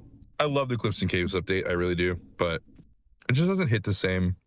Definitely a nostalgia thing, but I don't know. My next one. Open your whore mouth and tell us. That is insane. That's crazy. Is Sonic Adventures 2. Man, I can't, dude. It's so fucking crazy. That's my number two. We can knock this out together if you want. Dude, I just remember like, I just the amount of joy, like just waking up and like playing that game like on the GameCube was just amazing, man. Like the I think the music, the music is just amazing. The music, the levels. Overall, like the gameplay was so like it was so addicting to me. as a kid. And so just knowing like the memories of like, you know, me playing with my stepbrother at my dad's house, it just like made it like such a memorable experience for me. So like Sonic Adventures 2 is incredible. Definitely a Sonic game, like top 3 for sure. I will go ahead and skip my number 3 and go straight to number 2. And yeah, Sonic Adventure 2. I think the soundtrack, there is no better game soundtrack, period. And if you disagree, it's because you haven't listened to it. It is so good. I love just how like Y2K, like it's that like perfect kind of edge where it's like, it's not super crazy edgy, but it's like this is where Sonic is at his most anime. This is like the most shonen Sonic. It was this era where we got Sonic Adventure 2 up through Sonic 06. And it was such a good era in my opinion. A lot of people disagree, but Sonic Adventure 2, the level design, awesome. Especially the speed stages where you're playing as Sonic and Shadow. They are so great to play. The story, even though the cutscenes are very clunky, and if you're playing the port on the GameCube, the mixing is terrible, and the audio mixing is just trash, and you like barely hear them, or they're interrupting each other or whatever. The story is really good. Shadow's first appearance in Sonic was Sonic Adventure 2. Same appearance. He sacrifices himself, dies. It's at the end. Spoiler alert. But yeah, it's like, it's so nostalgic for me. I remember I was on the BioLizard fight, which, by the way, best boss theme ever. Supporting Me, which is the track's name, for the BioLizard fight, where you're Shadow and you're fighting this prototype of the ultimate life form, the prototype of Shadow. This giant fucking monstrous lizard bathing in its own piss, like covered in sores. It's disgusting. It's like covered in these giant pink sores, like pustulous sores, and they like float around it, and you're trying to kill it. And as you're doing that, it's playing this amazing music, heavenly fucking music. It's super like mellow and chill, and like it's so good, and it just ramps up. It sounds amazing. And I remember I was struggling with that really bad, so my mom came up to it was so funny. This is a bad pun. She came up there to support me as I was playing this fucking thing, and she it's such a core memory for me. I finally beat it, and then I got to the final fight where you're Super Sonic, Super Shadow fighting the BioLizard after he chaos controls, fuses with the fucking cannon of the space station, and it's fucking crashing into, he's gonna fucking crash into Earth. He's gonna shoot a fucking laser at Earth and destroy it. Super Sonic and Super Shadow, Super Sonic, Super Shadow, do this boss fight. I beat the game. When Shadow died, I remember crying my eyes out like a fucking baby. I was like, I had to have been in, let's see, first or second grade. Such a core memory for me. Super replayable, infinitely replayable. The Chow Garden, also an amazing mini game. It's just its own game all in and of itself, where you raise these little cute little pets, and you can abuse them. You can throw them around if you want. Don't do that though. They're pure and kind and sweet. You can send them to kindergarten. You can name them. I named one of mine Poop. As a kid, I named him Poop. Shout out to Poop. I don't know where you are, probably dead. That save file and memory card for my original GameCube is gone. Yeah, Poop is probably dead. No. Dear God. I'm sorry, Poop. I love you, and you're remembered and loved, and I raised you to be a rock star. So thank you for everything, this is Poop. getting cut. Why would you cut Poop? It's getting cut. You're a fucking monster, dude. I didn't kill him. You know, a bailiff, whack his PP. No, what I said was he's dead because I lost my GameCube. Like, you can't actually kill him in the game. You shouldn't abuse the Chow in the game. I'm not calling for that. What I'm saying is my Chow is lost to time because my phone memory card is gone. I don't know where it is. That's what they all say. And I named the Chow Poop, and Poop was my favorite, and I leveled him up so much. He won every race. He was super strong. I fed him a lot of speed stats, a lot of chaos drives. He was the best, and I I think I left him in the kindergarten. I think the last thing I remember doing was putting him in the kindergarten and dropping him off, and then I just the GameCube broke, so he's dead. But yeah, shout out to Poop. Yeah, Sonic Adventure 2. Also, the Sonic 3 movie is gonna be Sonic Adventure 2 inspired. That's Oh, dude, thank you. They're saying that like if there's one game that you need to play before you watch it, it's Sonic Adventure 2. Oh my god, dude, that's so excited. It's the fuck yes. All right, yeah. Sorry, that was super long-winded. I love Sonic, but yeah, I couldn't tell. Oh well, I'm glad that I asserted that for you. Fuck you. Go ahead. My next one is Red Dead Redemption 2. Oh yes. The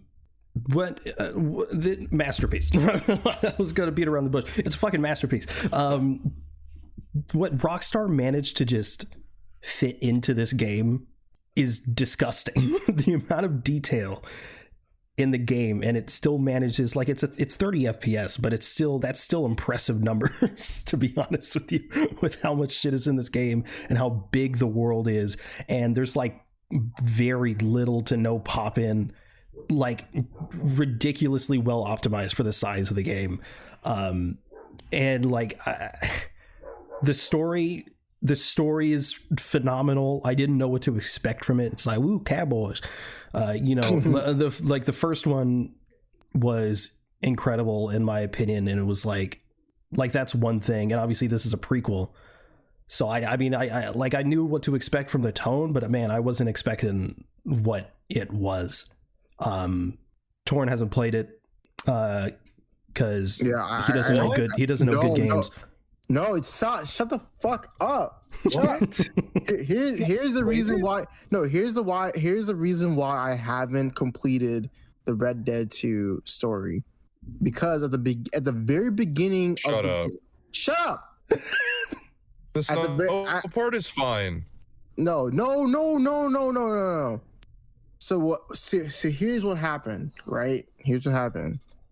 When the game first released, I remember because Peyton bought it. Peyton bought the shit so faster than the Flash. I downloaded it, and there was a really horrible bug, where like if you try to play the story, it like your game would just like freeze, and it would like I had to like restart the game. Fake. No, I swear to God. Shut your whore mouth. It's not real. What do you mean? Have you tried since? Yeah. No. Yes. Okay. No, exactly. You're a fucking whore. No, yes. I haven't. No, I haven't. I haven't tried since. I played the multiplayer and that's it. Multiplayer is shit. I know it is shit. I haven't played it since. I hate that shit because people like, man, Red Dead's so good, but man, the game's kind of ass though. The multiplayer. Who gives a fuck about the multiplayer? The game's about the story. It's about the core game. I know people who like only play it for multiplayer, and they're like, it's the opposite. They're like, yeah, it's good, but the story is so slow. I'm like, what? Is one of the most like racist experiences ever. I remember like there's people who dress up like, of course, they're all white. Oh my god. Yeah, dude. It's awful. No, yeah, there's people who are like that, dude. They'll dress up in all white, and they'll just like terrorize the whole lobby. What? And there was a point in time where like people were cheating in like Red Dead. So like like no matter like like where you are, you just get fucking killed out of nowhere. And yeah, dude, yeah, people dress up in online, like they'll go online dress up as all white and like act like KKK members and shit. That's absolutely unhinged. That's so disgusting. It's crazy. What's crazy is there's KKK members just in the story mode. Like you can you just roam and you can just find a group like burning across. And it's just like go up, decimate them, piss on their bodies. Dude, I love my dual wield Doc Holliday looking ass Arthur with a mustache. My Arthur has a regular length, like middle part hair, clean shaven, but he's got a mustache. And then and he's got he wears a really nice vest shirt, like a red vest, a black shirt under it.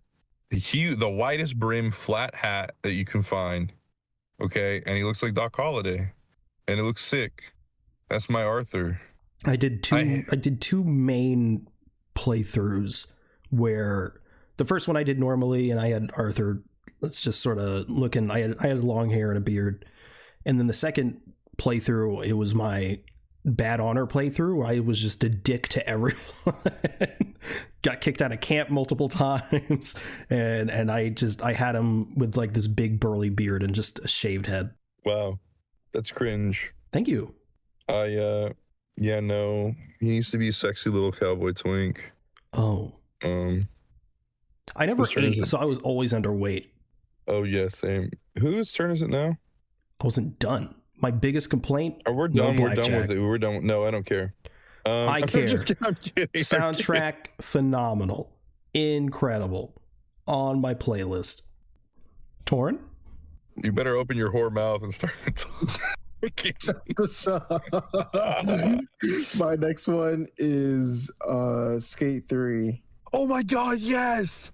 Oh my god, yes! Skate 3 is one of the best games ever. Best skateboarding games ever.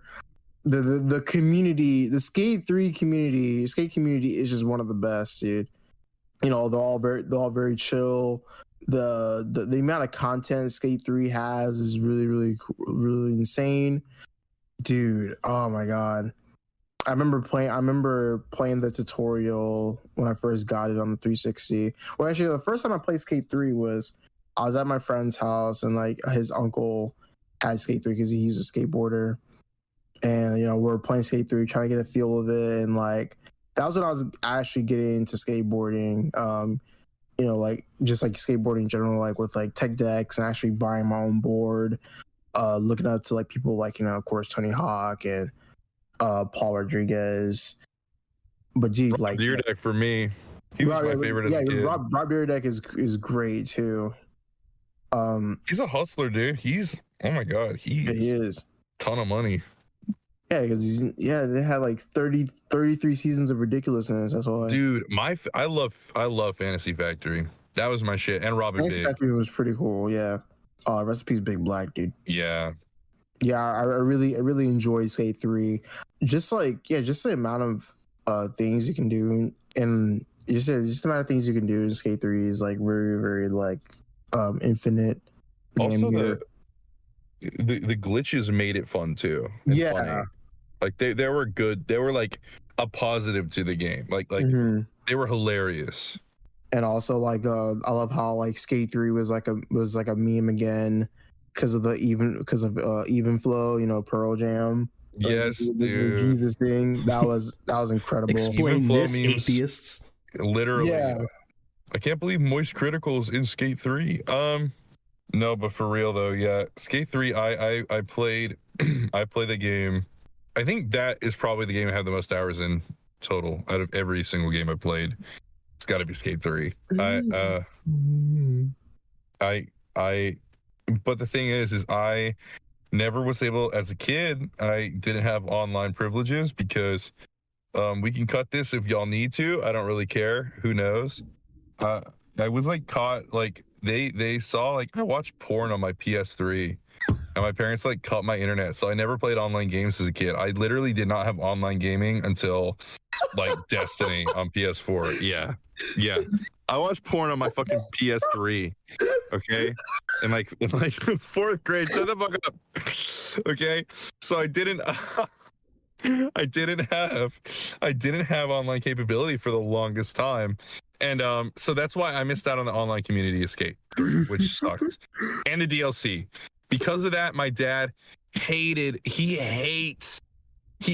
buying things on the store, like the DLC and shit.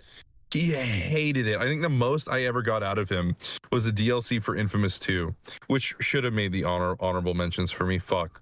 I'll just add it in now. Infamous 2 is really good. Oh, yeah, Infamous is amazing. Yeah. Oh, fuck. We just went from fucking Skate 3 to like not having porn on your PS3. To having porn on my PS3 to not having internet on it. That is absolutely insane. Yeah.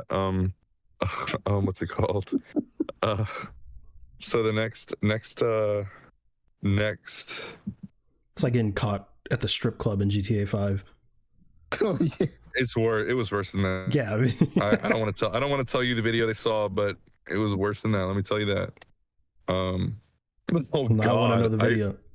It was a bad video. You know when you're a kid and you just kind of look up like boobs or like Oh my you know, God, like it was naked, two girls, like, one cup. No, it was like I think the teacher was the video was teacher fuck student for A+, and they were like fucking in a pool, and it was really low quality, and I remember that vividly. And honestly, Sorry, what was the title again? Teacher fuck student for A+. There's probably so many of those now, though, so you're not gonna find it. But it was, and she honestly, it was like I stopped watching it because like it was really low quality and the people were kind of ugly, and I was just like, eh. And so, but yeah, they saw that. I don't know how. I don't remember exactly the specifics on how they saw it. I think. Yeah, like what the fuck. Anyways, I guess I'm gonna next one go back to number 3 for me. So Mario Odyssey is my top 3. Number 3. It's basically if Mario Sunshine was even better. It's one of the best games ever made in my opinion. It's so replayable. The skill ceiling is super high. You can learn how to like. It's so satisfying when you get really good at movement and you really learn how to control Mario. It's so easy to play. It's so easy to beat. It's it's very accessible. But then like when you take it seriously and you start thinking like, oh well, like how do I like skip this entire section? It gets so fun. I love games like that. If I had the patience, I would be a speedrunner. I don't. Those people are gods. But fuck, Mario Odyssey is so polished, so good, and honestly, in my opinion, if there's any reason to own a Switch, it's Mario Odyssey. And now Tears of the Kingdom as well, which is fucking phenomenal so far. But yeah, Mario Odyssey. Fair.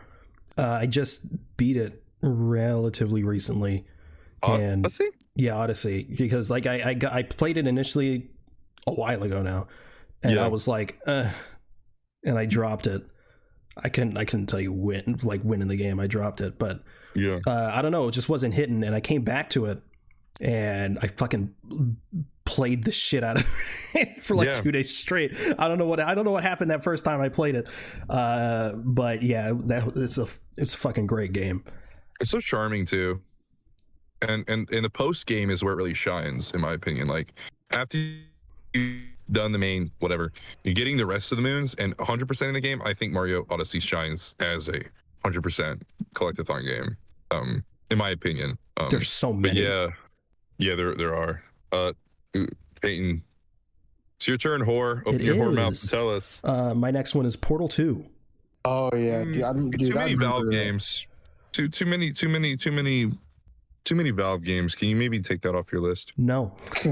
Portal 2 is incredible, and it's so incredible it pisses me off like every other Half-Life fucking fan. Where is Portal 3? I need it in my veins. I don't even give a shit. I don't care about the story at this point. I just want more puzzles. Yeah, it's so fun. I play the game so much. Yeah, Portal 2 is fucking incredible, and obviously the story is amazing. Fucking Stephen Merchant as Wheatley is fucking awesome. He adds so much to that, and GLaDOS is such a great villain as well. And you got Cave Johnson and shit. The different set pieces, you go from like the regular fucking testing to the fucking how Aperture used to be in the 70s. It's so fucking good. I love it so much. No, never mind, I'm not gonna say that. And also, if you have Portal 2 on PC, all right, I'll say I'm kidding. Oh my god! If you have Portal 2 on PC, there's community-made maps, and people get really creative on there. And there's some genuinely, really, really great stuff. Someone made Pac-Man and Portal. I don't know how that worked, but they did it. It's Portal 2 is just a phenomenal game. I had a shirt in middle school. I got it off Redbubble. It was Deadpool coming out of a portal holding a cake, and like Because the cake is a lie. Yeah, I and everyone in my school was like, why is Spider-Man holding a cake? Oh no. Yeah, it was before no. It was before PewDiePie played the Deadpool game, blew him up in popularity, and then before the test footage for the movie. And Yeah, still. that's the pipeline. Yeah, it was crazy. I just remember I was like the only. Oh god. Anyways, You were yeah. like, no, it's Deadpool. I was like, They're like, okay. actually, he's Deadpool. Actually, he would kill Spider-Man. Yeah. So, When I was a fucking little piece of shit in middle school. have you seen his healing factor? It's like better than Wolverine's. That's you. It is. It actually was me. Yeah. That literally was me. So that's crazy. I was such a piece of shit. I had a shirt that was like if Portal 2 was made on the NES. So it's like an NES cartridge design. Redditor. True. Torrance, your turn. It's not cringe. That's actually cool. My next one is Dead Space. Really? Yes, dude. Fuck yeah. Bro, Dead Space is like one of the best horror games like ever to But me. you haven't played the remake. No, I haven't yet. No. Well, it's not like if you play the original, you don't really need to, because it's so faithful. But it is the definitive version, in my opinion. Mm-hmm. But yeah, like Peyton, you need to get on the horror games. No. They're so good. I'm a pussy. No, I'm good. But no, dude, they're so good. Hard pass. I'll watch I them. love getting. I ain't playing them though. Nah. What if maybe for the podcast we set up like a one-time stream where Peyton does a horror game and we're with you, so you can be scared because we're all together. Why? I'm not doing that. I'm scared. What if Torrin and I did it and you watched and it was like a podcast stream? That sounds crazy. What? That would be fun. Nah, it's just like that context. Oh, Torrin and I did it and you watched. What if Torrin and I had sex and you watched for the podcast? See, that I'm down for. All right. Maybe we get a Delfino Plaza character involved. The fuck? What the fuck? Is that all your horror mouth can say? Or are you going to give us your next list pick? My next list pick? Other than, I mean, I want to continue on with Dead Space, but dude, sorry. I played Dead Space like as a kid on the 360 because like I didn't have my own 360 at the time. My mom had it, and like I played it whenever she was at work. So I downloaded Dead Space. I got it, bro. Probably why I'm just so fucked up about horror shit today. But dude, it is so brutal and like gross, but I loved it. Oh man, I remember because I played the demo first and then I got the game. I remember playing the demo and the monster that I faced off was so grotesque. And when I died, I was just stunned. It was so crazy. But even then, like just the soundtrack and the overall atmosphere of the game was so cool because like it felt very, very immersive, at least to me, because like I felt that's like what makes horror like really, really stand out. It's like it feels like if you're there with the environment, and that's kind of how it was with Dead Space. But it is absolutely incredible on how great that game is and how well it holds up. But yeah, I love Dead Space. Yeah, I love Dead Space 2. Best sex scene in a video game for sure. I'm just kidding. But I love Dead Space. Is it my turn? Yeah. Yeah. All right, number 1. Here we go. Drum roll, please. I probably said this. Actually, there is a drum roll sound effect. There is literally a drum. This is the drum roll. Say it. Say the game. Uncharted 4. Oh yeah, I should have expected that. Uncharted 4, ladies You and play it every gentlemen. year. I play it every year. It is really special to me. Best Uncharted game. It's the best Uncharted game By far. by far. And I know everyone says 2, and I love 2. I do, but I grew up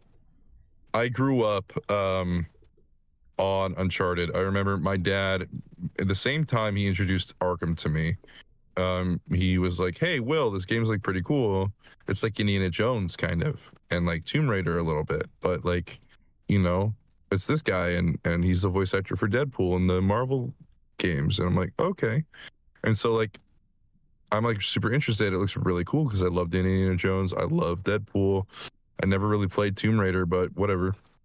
And I'm like, wow, like that looks really neat. The first Uncharted game. I just fucking dove into the franchise, and I played those games so much. I think my rotation of games at the time, it was basically Skate 3, the Uncharted games, Infamous, and Arkham. And the ones I had the most time on were Uncharted games and Skate 3, followed closely by like Arkham. And like, yeah, so I've been playing the Uncharted games for forever. Uncharted 3 came out. I loved it. I got the special edition. I got the necklace. I would dress up as Nathan Drake in fucking middle school. Okay, I'm not ashamed to fucking say it. I would, in my backyard, I have this like this backyard deck area, with like about a 8-foot drop to the backyard with stairs. And what I do is I would like pretend to be Nathan Drake. I like jump over all the stairs and land. And I was like, oh, I'm so badass. But yeah, anyway, super near and dear to me. And then the fourth one came out and it fucking blew me away. It's so cinematic. The story is elevated to a level that, you know, it Uncharted games never really were at. They had like very simple like Indiana Jones narratives up until then, you know, like super simple. It didn't need to be anything else. Yeah, get the artifact. You know, kill some dudes. There's a girl, kill some guys. Cool set pieces. You know, jump out of the plane, which it's so funny how the Uncharted 3 plane sequences like transcended the medium of gaming and has influenced film. I think that's neat. I really do. I think this is super cool. But like, yeah. But then Uncharted 4 comes and it's like, oh, we have this really cool story about like Nate's old and he's lying to his wife and he has a brother and it's done organically. It's not like unbelievable that he never brought up his brother. It's pretty traumatic for him, like this and that, and all this stuff happens. And it's still visually gorgeous. It was the best looking game, in my opinion, until Last of Us 2 dropped. I just think that the colors in it are so rich. And my favorite set piece in gaming of all time is the scene after the clock tower, where you get in the Jeep and you like go through the city and then like all of a sudden you're like hanging off of a bridge trying to catch up to this convoy. You're like hanging on a rope, like crane things, swinging through these things, and like you're dragged behind these cars in the mud and you're jumping from car to car, and like it's such an amazing set piece. It's breathtaking. And like, you know, I know there's a culture in the gaming community of like, oh, well, why would I want to play a movie? Because it's fun as fuck. Like, what the fuck? Have you not watched Mission Impossible or Indiana Jones and thought, you know, it'd be really cool to like play this in a game?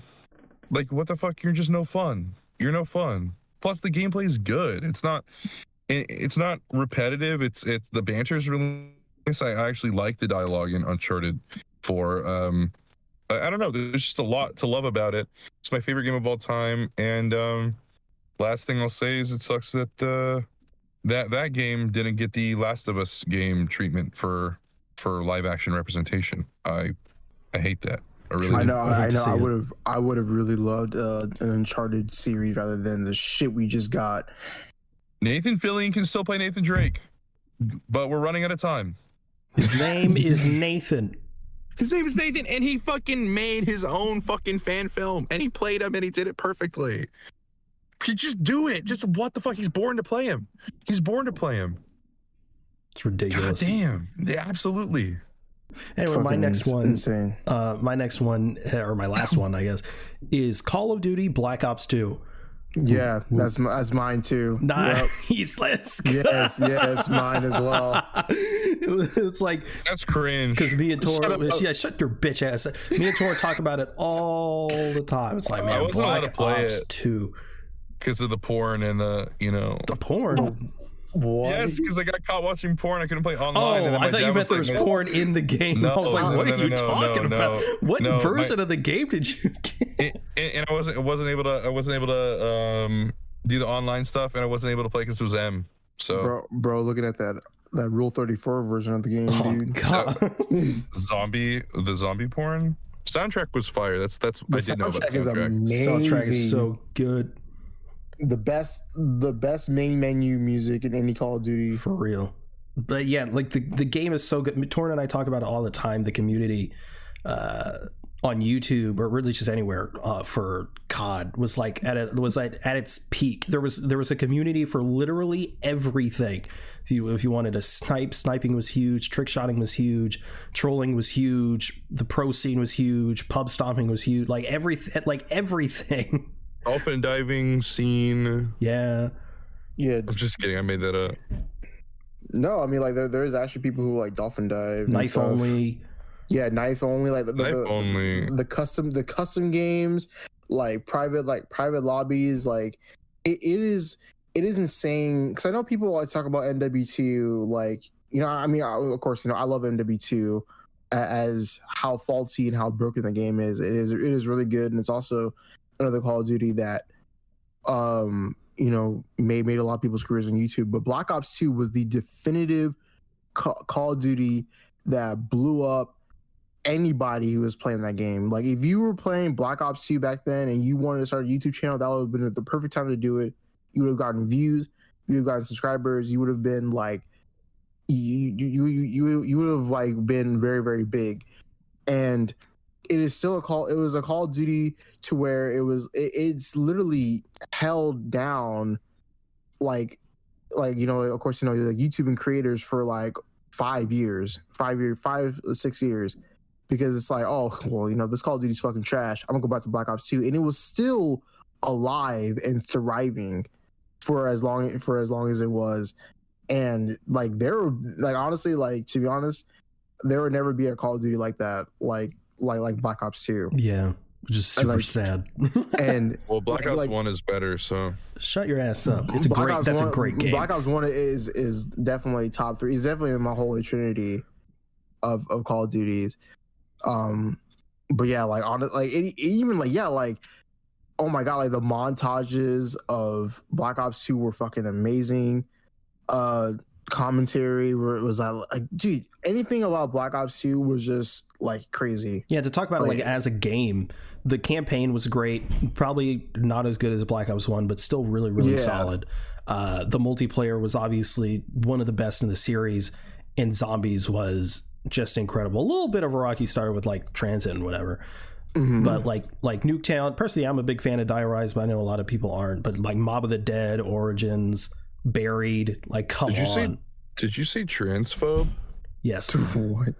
The exactly transphobe element of, I like Nolan North as a zombie Nazi guy. Rick Toffin, yeah. But dude, like, I like 115, the song. Oh, yeah, 115 is incredible. That's Black Ops 1. Yeah, that's all I know about anything. I don't know anything about anything else about Call of Duty. But it's the first time we got like the diamond camo torn, and that diamond camo is still probably the best diamond camo we've gotten. Yeah. It is definitely the best diamond camo we've gotten. And maybe overall, like, someone can make an argument for Black Ops 4, I guess. Yeah, but like overall, like, just like the gameplay overall, like, just like, you know, how everything felt, like, from the guns to like the overall like dynamic of everything was incredible. And I'm gonna say this, like, oh well, actually some of the DLC maps were like a hit or miss, but like Black Ops 2 has the best like base map selection of like any fucking game ever. Raid like, remains a classic. Raid, Standoff, Standoff. Oh my god, Standoff, like, it's incredible. Nuketown 2025 is the hijacked, of course. Nuketown 2025 is personally my favorite version of Nuketown. Mm-hmm. And also like their version of Firing Range Studio. Oh my god! Why can't they remake it? Because now it's either they remake it, but everything's like weirdly too big, or like they essentially just remaster it. I miss when they would they would remake the map. It was like the same proportions and everything, but they just gave it just a different, like it's a different setting. Yeah, exactly.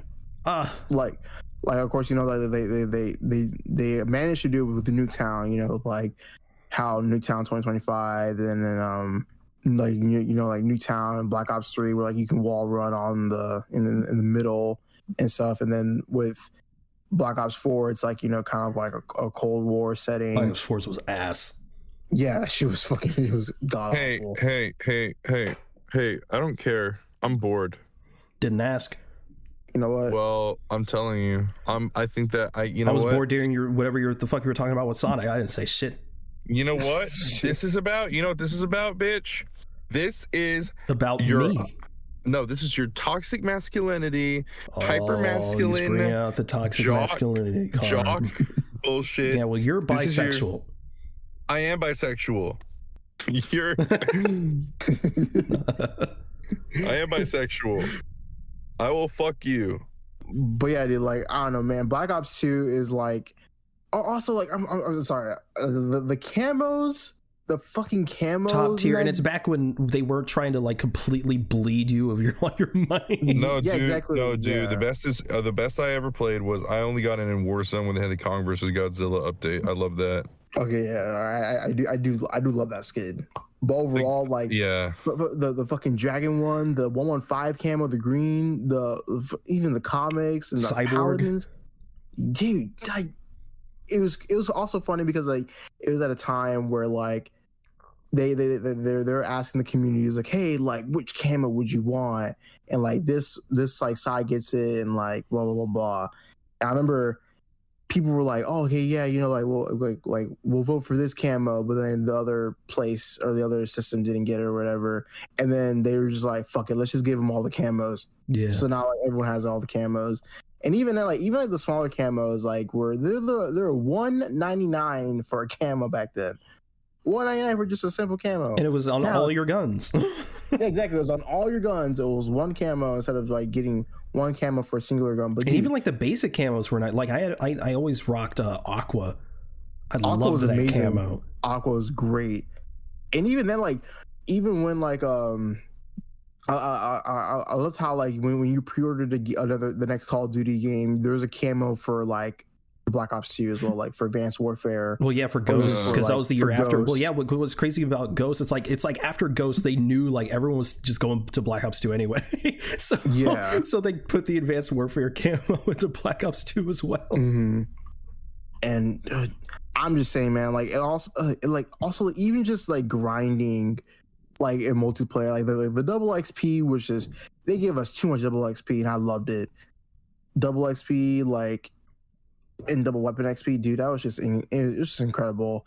I'm gonna cut it short, but like there will never be a Call of Duty like that again, and there will never be a community of like how Black Ops 2 was, because that shit was incredible. And I swear, I'm telling you, they're gonna, if they ever remake or remaster Black Ops 2, that's gonna be a final resort, because COD is dying right now, because they know once they release Black Ops 2 again, that's just gonna be over. Everyone's gonna be playing that game till they fucking die. Unless they make a COD Online type thing. Yeah. They're gonna make it. It's gonna be called Black Ops 4, and they're gonna call it Blops. They're gonna call it Blops because they're gonna be like, remember when the community called it Blops? We remember you guys.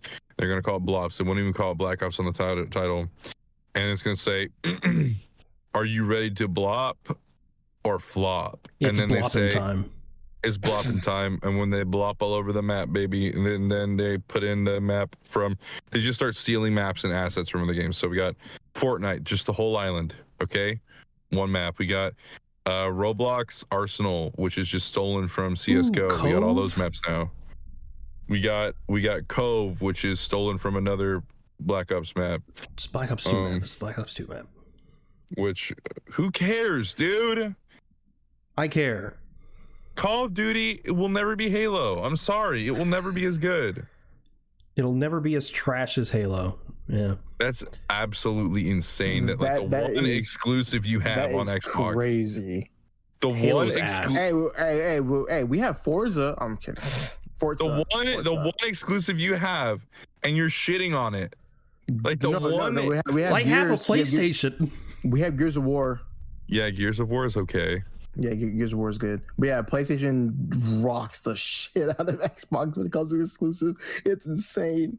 Yeah. That's why All you need is a PS5 and a PC. That's it. Oh, I need to get a PS5 expeditiously.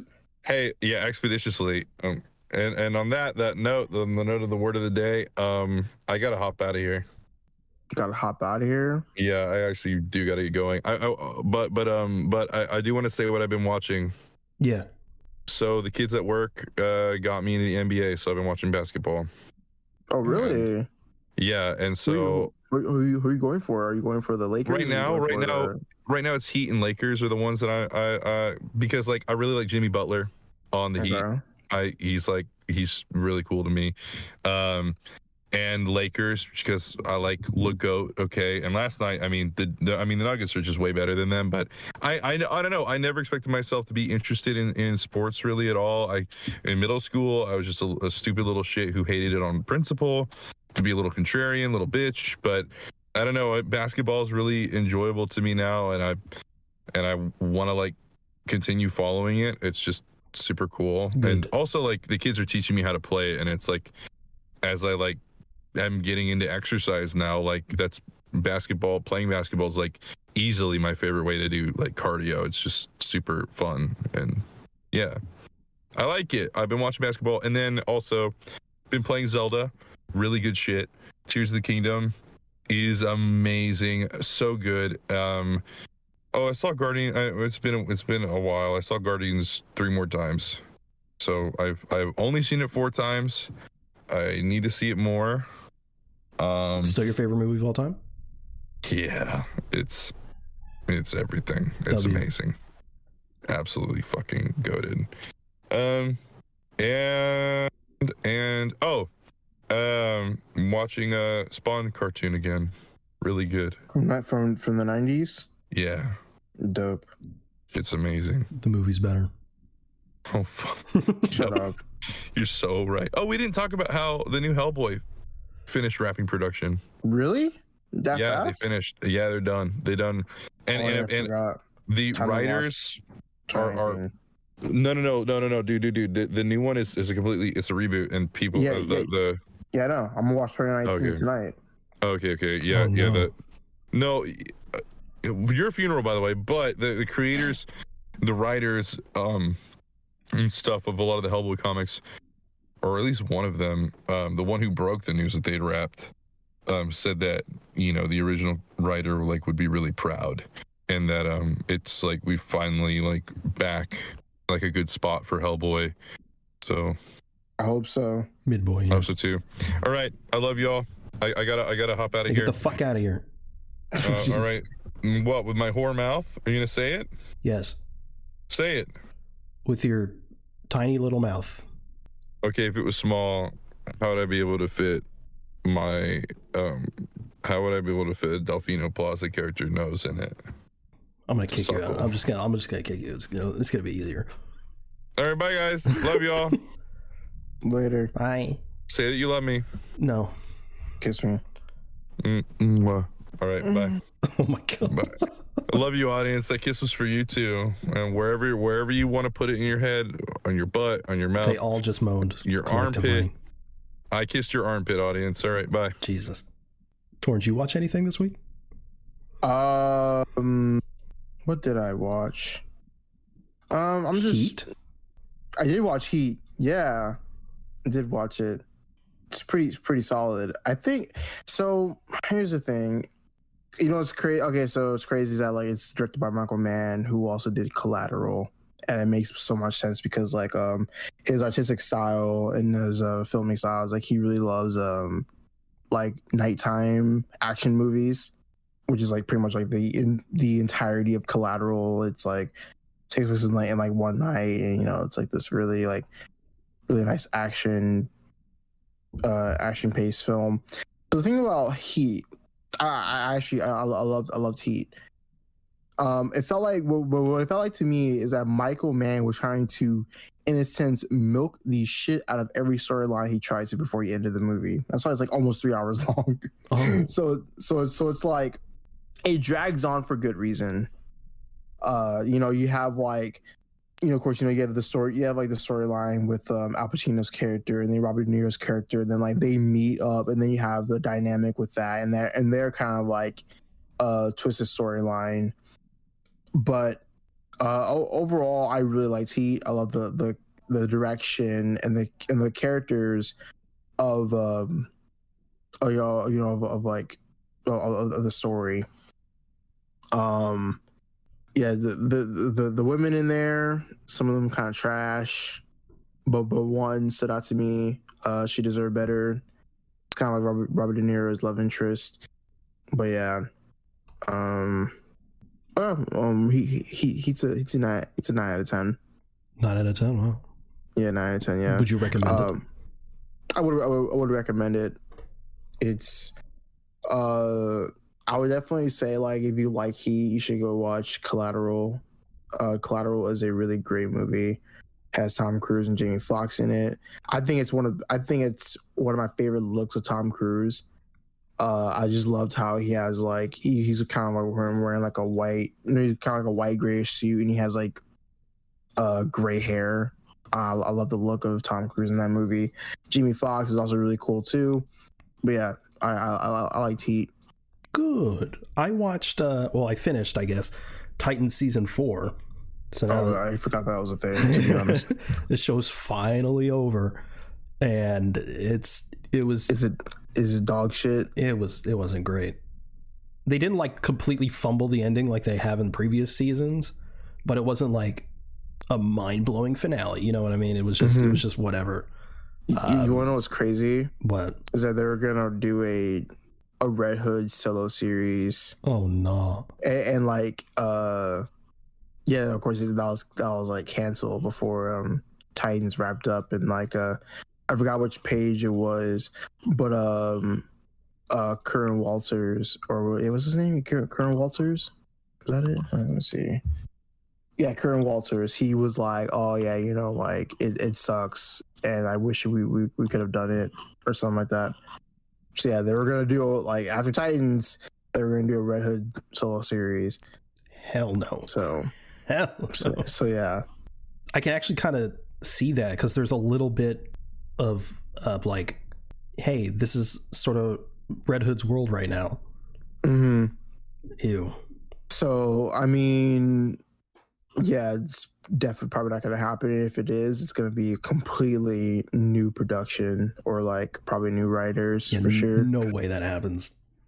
Yes, it's definitely not going to happen. But yeah, I don't know. I've been kind of slacking on my superhero shit. Besides, like Marvel or whatever. I've been slacking on my release dates. I didn't even know Fast X released Friday.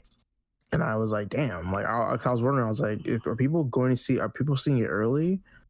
And it's released. It's making a ton of money for some reason. Yeah, it made $319 million already. Ridiculous. Yeah, that's stupid. It's gonna make $1 billion, dude. It's probably gonna make it like close to like $1 billion. I hate this. It's like the fucking Transformers movies. Why the fuck do these make money? It genuinely makes me upset. It's because people are just watching it for the meme, dude. Because it's like ridiculous. It's so ridiculously cartoony. But it's not even cartoony in a good. It's just bad. Hey man, people just find it entertaining. You hear about that post-credit scene? Oh, Fast X? Yeah. No, I didn't see it. Well, basically, no. They're bad movies. I'm gonna watch it soon. I'm probably gonna watch it this week. To be honest, I might just like go take an Uber to like Casablanca, and I'll just watch it by myself. Normalize watching movies by yourself in the theater. Oh God. But I also watched Still, a Michael J. Fox story on Apple TV Plus. Leia watched that too. She really liked it. It was incredible. Literally, the worst thing about it was that I thought it was too short. I really wanted to see more into his life currently. The majority of it was sort of just talking about his story as an actor during his rise to fame, which is still great, obviously. but I want to know what Michael J. Fox is up to now. What daily life for him is like, and there is still that. It's sort of sprinkled into it, but it was amazing. It was really, really good. I'm such a huge fan of Michael J. Fox.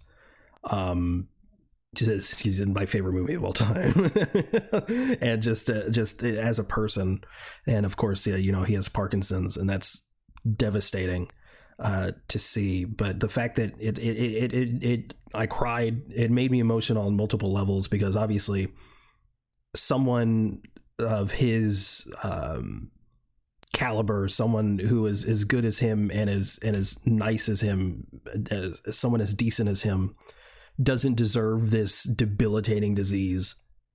And so that's already really sad, but he takes it in such stride, and he's still Michael J. Fox. He's still quick-witted. He's still Michael J. Fox. And yet he's still like, there's a point in the documentary where he's been talking to the camera like a talking head, like recalling all this stuff. And the director was like, you never told me once that you're in pain. And he was like, oh yeah, I'm in pain. And it's like he said he's like in constant pain, which is obviously is terrible. And yet he still takes it with stride. And there's an adorable moment, because like, again, he has Parkinson's. He has trouble walking and stuff. Sometimes he's good. Sometimes he has to walk with a cane. Sometimes he needs help from another person. He like most diseases or disorders, like there's good days and bad days. But he was with his I guess physical therapist, and they were walking outside. And because he's Michael J. Fox, he talks about it. He's like, he always wants to move quick. He's always been like that, like since he was a kid. He's always moving, and he always wants to move fast. So he's like trying to like walk fast, and then he's walking on the street, and this lady passes, and she goes, "Michael J. Fox," and he falls over, and it's like oh God, and he was like, oh, you knocked me off my feet. I was like, oh, he's so wholesome. I love him so much. But it was really sweet and sad, but also reassuring. Like, he raised $2 billion for Parkinson's research. Like, he's doing good shit. But yeah, it sucks. Yeah. I have to check it out sometime soon. I remember like Leia was telling me about it. She was saying how when he was on Family Ties, he would have to do that in the morning. Oh yeah, and then he has to go to Back to the Future set, and then he didn't even know like what set he was on, because he was like getting like 3 to 4 hours of sleep. And my damn, that's a life of an actor. But yeah, it sounds like, of course, it's a very emotional story. So I have to check that out soon. Gotta have some tissues ready so I can cry. I also watched Memento for the first time. Oh yeah, you did watch Memento. It was okay. I don't know. I really wish I liked it more. I really, really wish I liked it more. I think it might be one of those things, sort of like Shawshank, where it's like, because it's such a staple in like pop culture, I feel like I've seen this before, which is completely like my fault for not seeing it earlier. But it's like, it sucks. I just wish I liked it more, because like it does all the like backwards storytelling and shit like that with the forward storytelling, and it's it's very disorienting. It can get very convoluted really, really quickly. And it's like I got it eventually, but it's like part of me was like, man, I wish this was just told normally. But I also realized that if it was told normally, it's not the same story. Yeah, it wouldn't be as engaging as it would be had it been told normally, left up for interpretation. But yeah, it was good. Yeah, I give it like a 7 out of 10. It's good. It's good. Like, it's definitely good when you get a better understanding and when things start to like come together. because like when I watched it like for kind of like a an assignment for school, and luckily it just landed on HBO Max. So I was like, oh, okay, you know, like I'm gonna watch it, and it was definitely very engaging because the first part you're watching it's telling, of course, you know, it's in reverse. You know, he had already, like, you know, the stuff that had already happened, and then towards the middle it goes like kind of forward and like a little bit in reverse, and like it's telling the story of like the guy named Sam, and he fucks up his wife because, like, you know, insulin shit, and it's like, but then like when I watched the video, everything started making sense. So yeah, it's like I get it, I just don't give a shit. Like I don't yeah I understand, which sucks. It's definitely like, we're not saying like it's bad, but yeah, it's probably one of my least favorite Nolan movies so far. Still better than Dunkirk, in my opinion. Oh yeah, you don't like Dunkirk. It's just whatever. I like Dunkirk. I think it's solid, but it's still, I think Nolan's just a fever dream, man. I feel like he's not real to me. Like, I feel like every time I watch his films, it's different. It's different each time. Super excited for Oppenheimer though. I am excited for Oppenheimer as well. I should take a picture of it when we saw Guardians early. Yeah. But like that countdown was actually really, really cool. Really cool. The cast is super stacked. The question I'm asking myself is, do I watch Oppenheimer or Barbie first? I feel like I should watch Oppenheimer first, because then Barbie's like a palate cleanser. I'm watching Oppenheimer for the laughs, and then Barbie for the philosophy. On God. I also watched Moonrise Kingdom, a Wes Anderson movie, sort of. Slowly, you are Wes Anderson's biggest fan. I'm slowly getting through all his movies, and by slowly I mean I did that big binge, but because some of this shit isn't on streaming services. No, I didn't get burnt out. I just literally couldn't finish it. But Moonrise Kingdom was on HBO Max. It was on HBO Max or Hulu, I don't remember. So I could finally watch that, and after this, all I need to watch is Rushmore, but that's not on anything right now, so I'll finish it eventually. But Moonrise Kingdom, Moonrise Kingdom is apparently relatively divisive. It's mostly positive, but a lot of people are like, this is my least favorite Wes Anderson movie, and for a lot of people, like, this is number one, and if it's not number one, you're a fucking clown. In my opinion, 7 out of 10. It was all right. Are you gonna watch his new film? Hell yeah, Asteroid City. I'm fucking stoked for that. Asteroid City, yeah. I when I first got the first look of it, the just the color palette and overall the visual look of the movie, I was like, it's Wes Anderson. Yeah, it's Wes Anderson. Hell yeah, that's what I'm here for.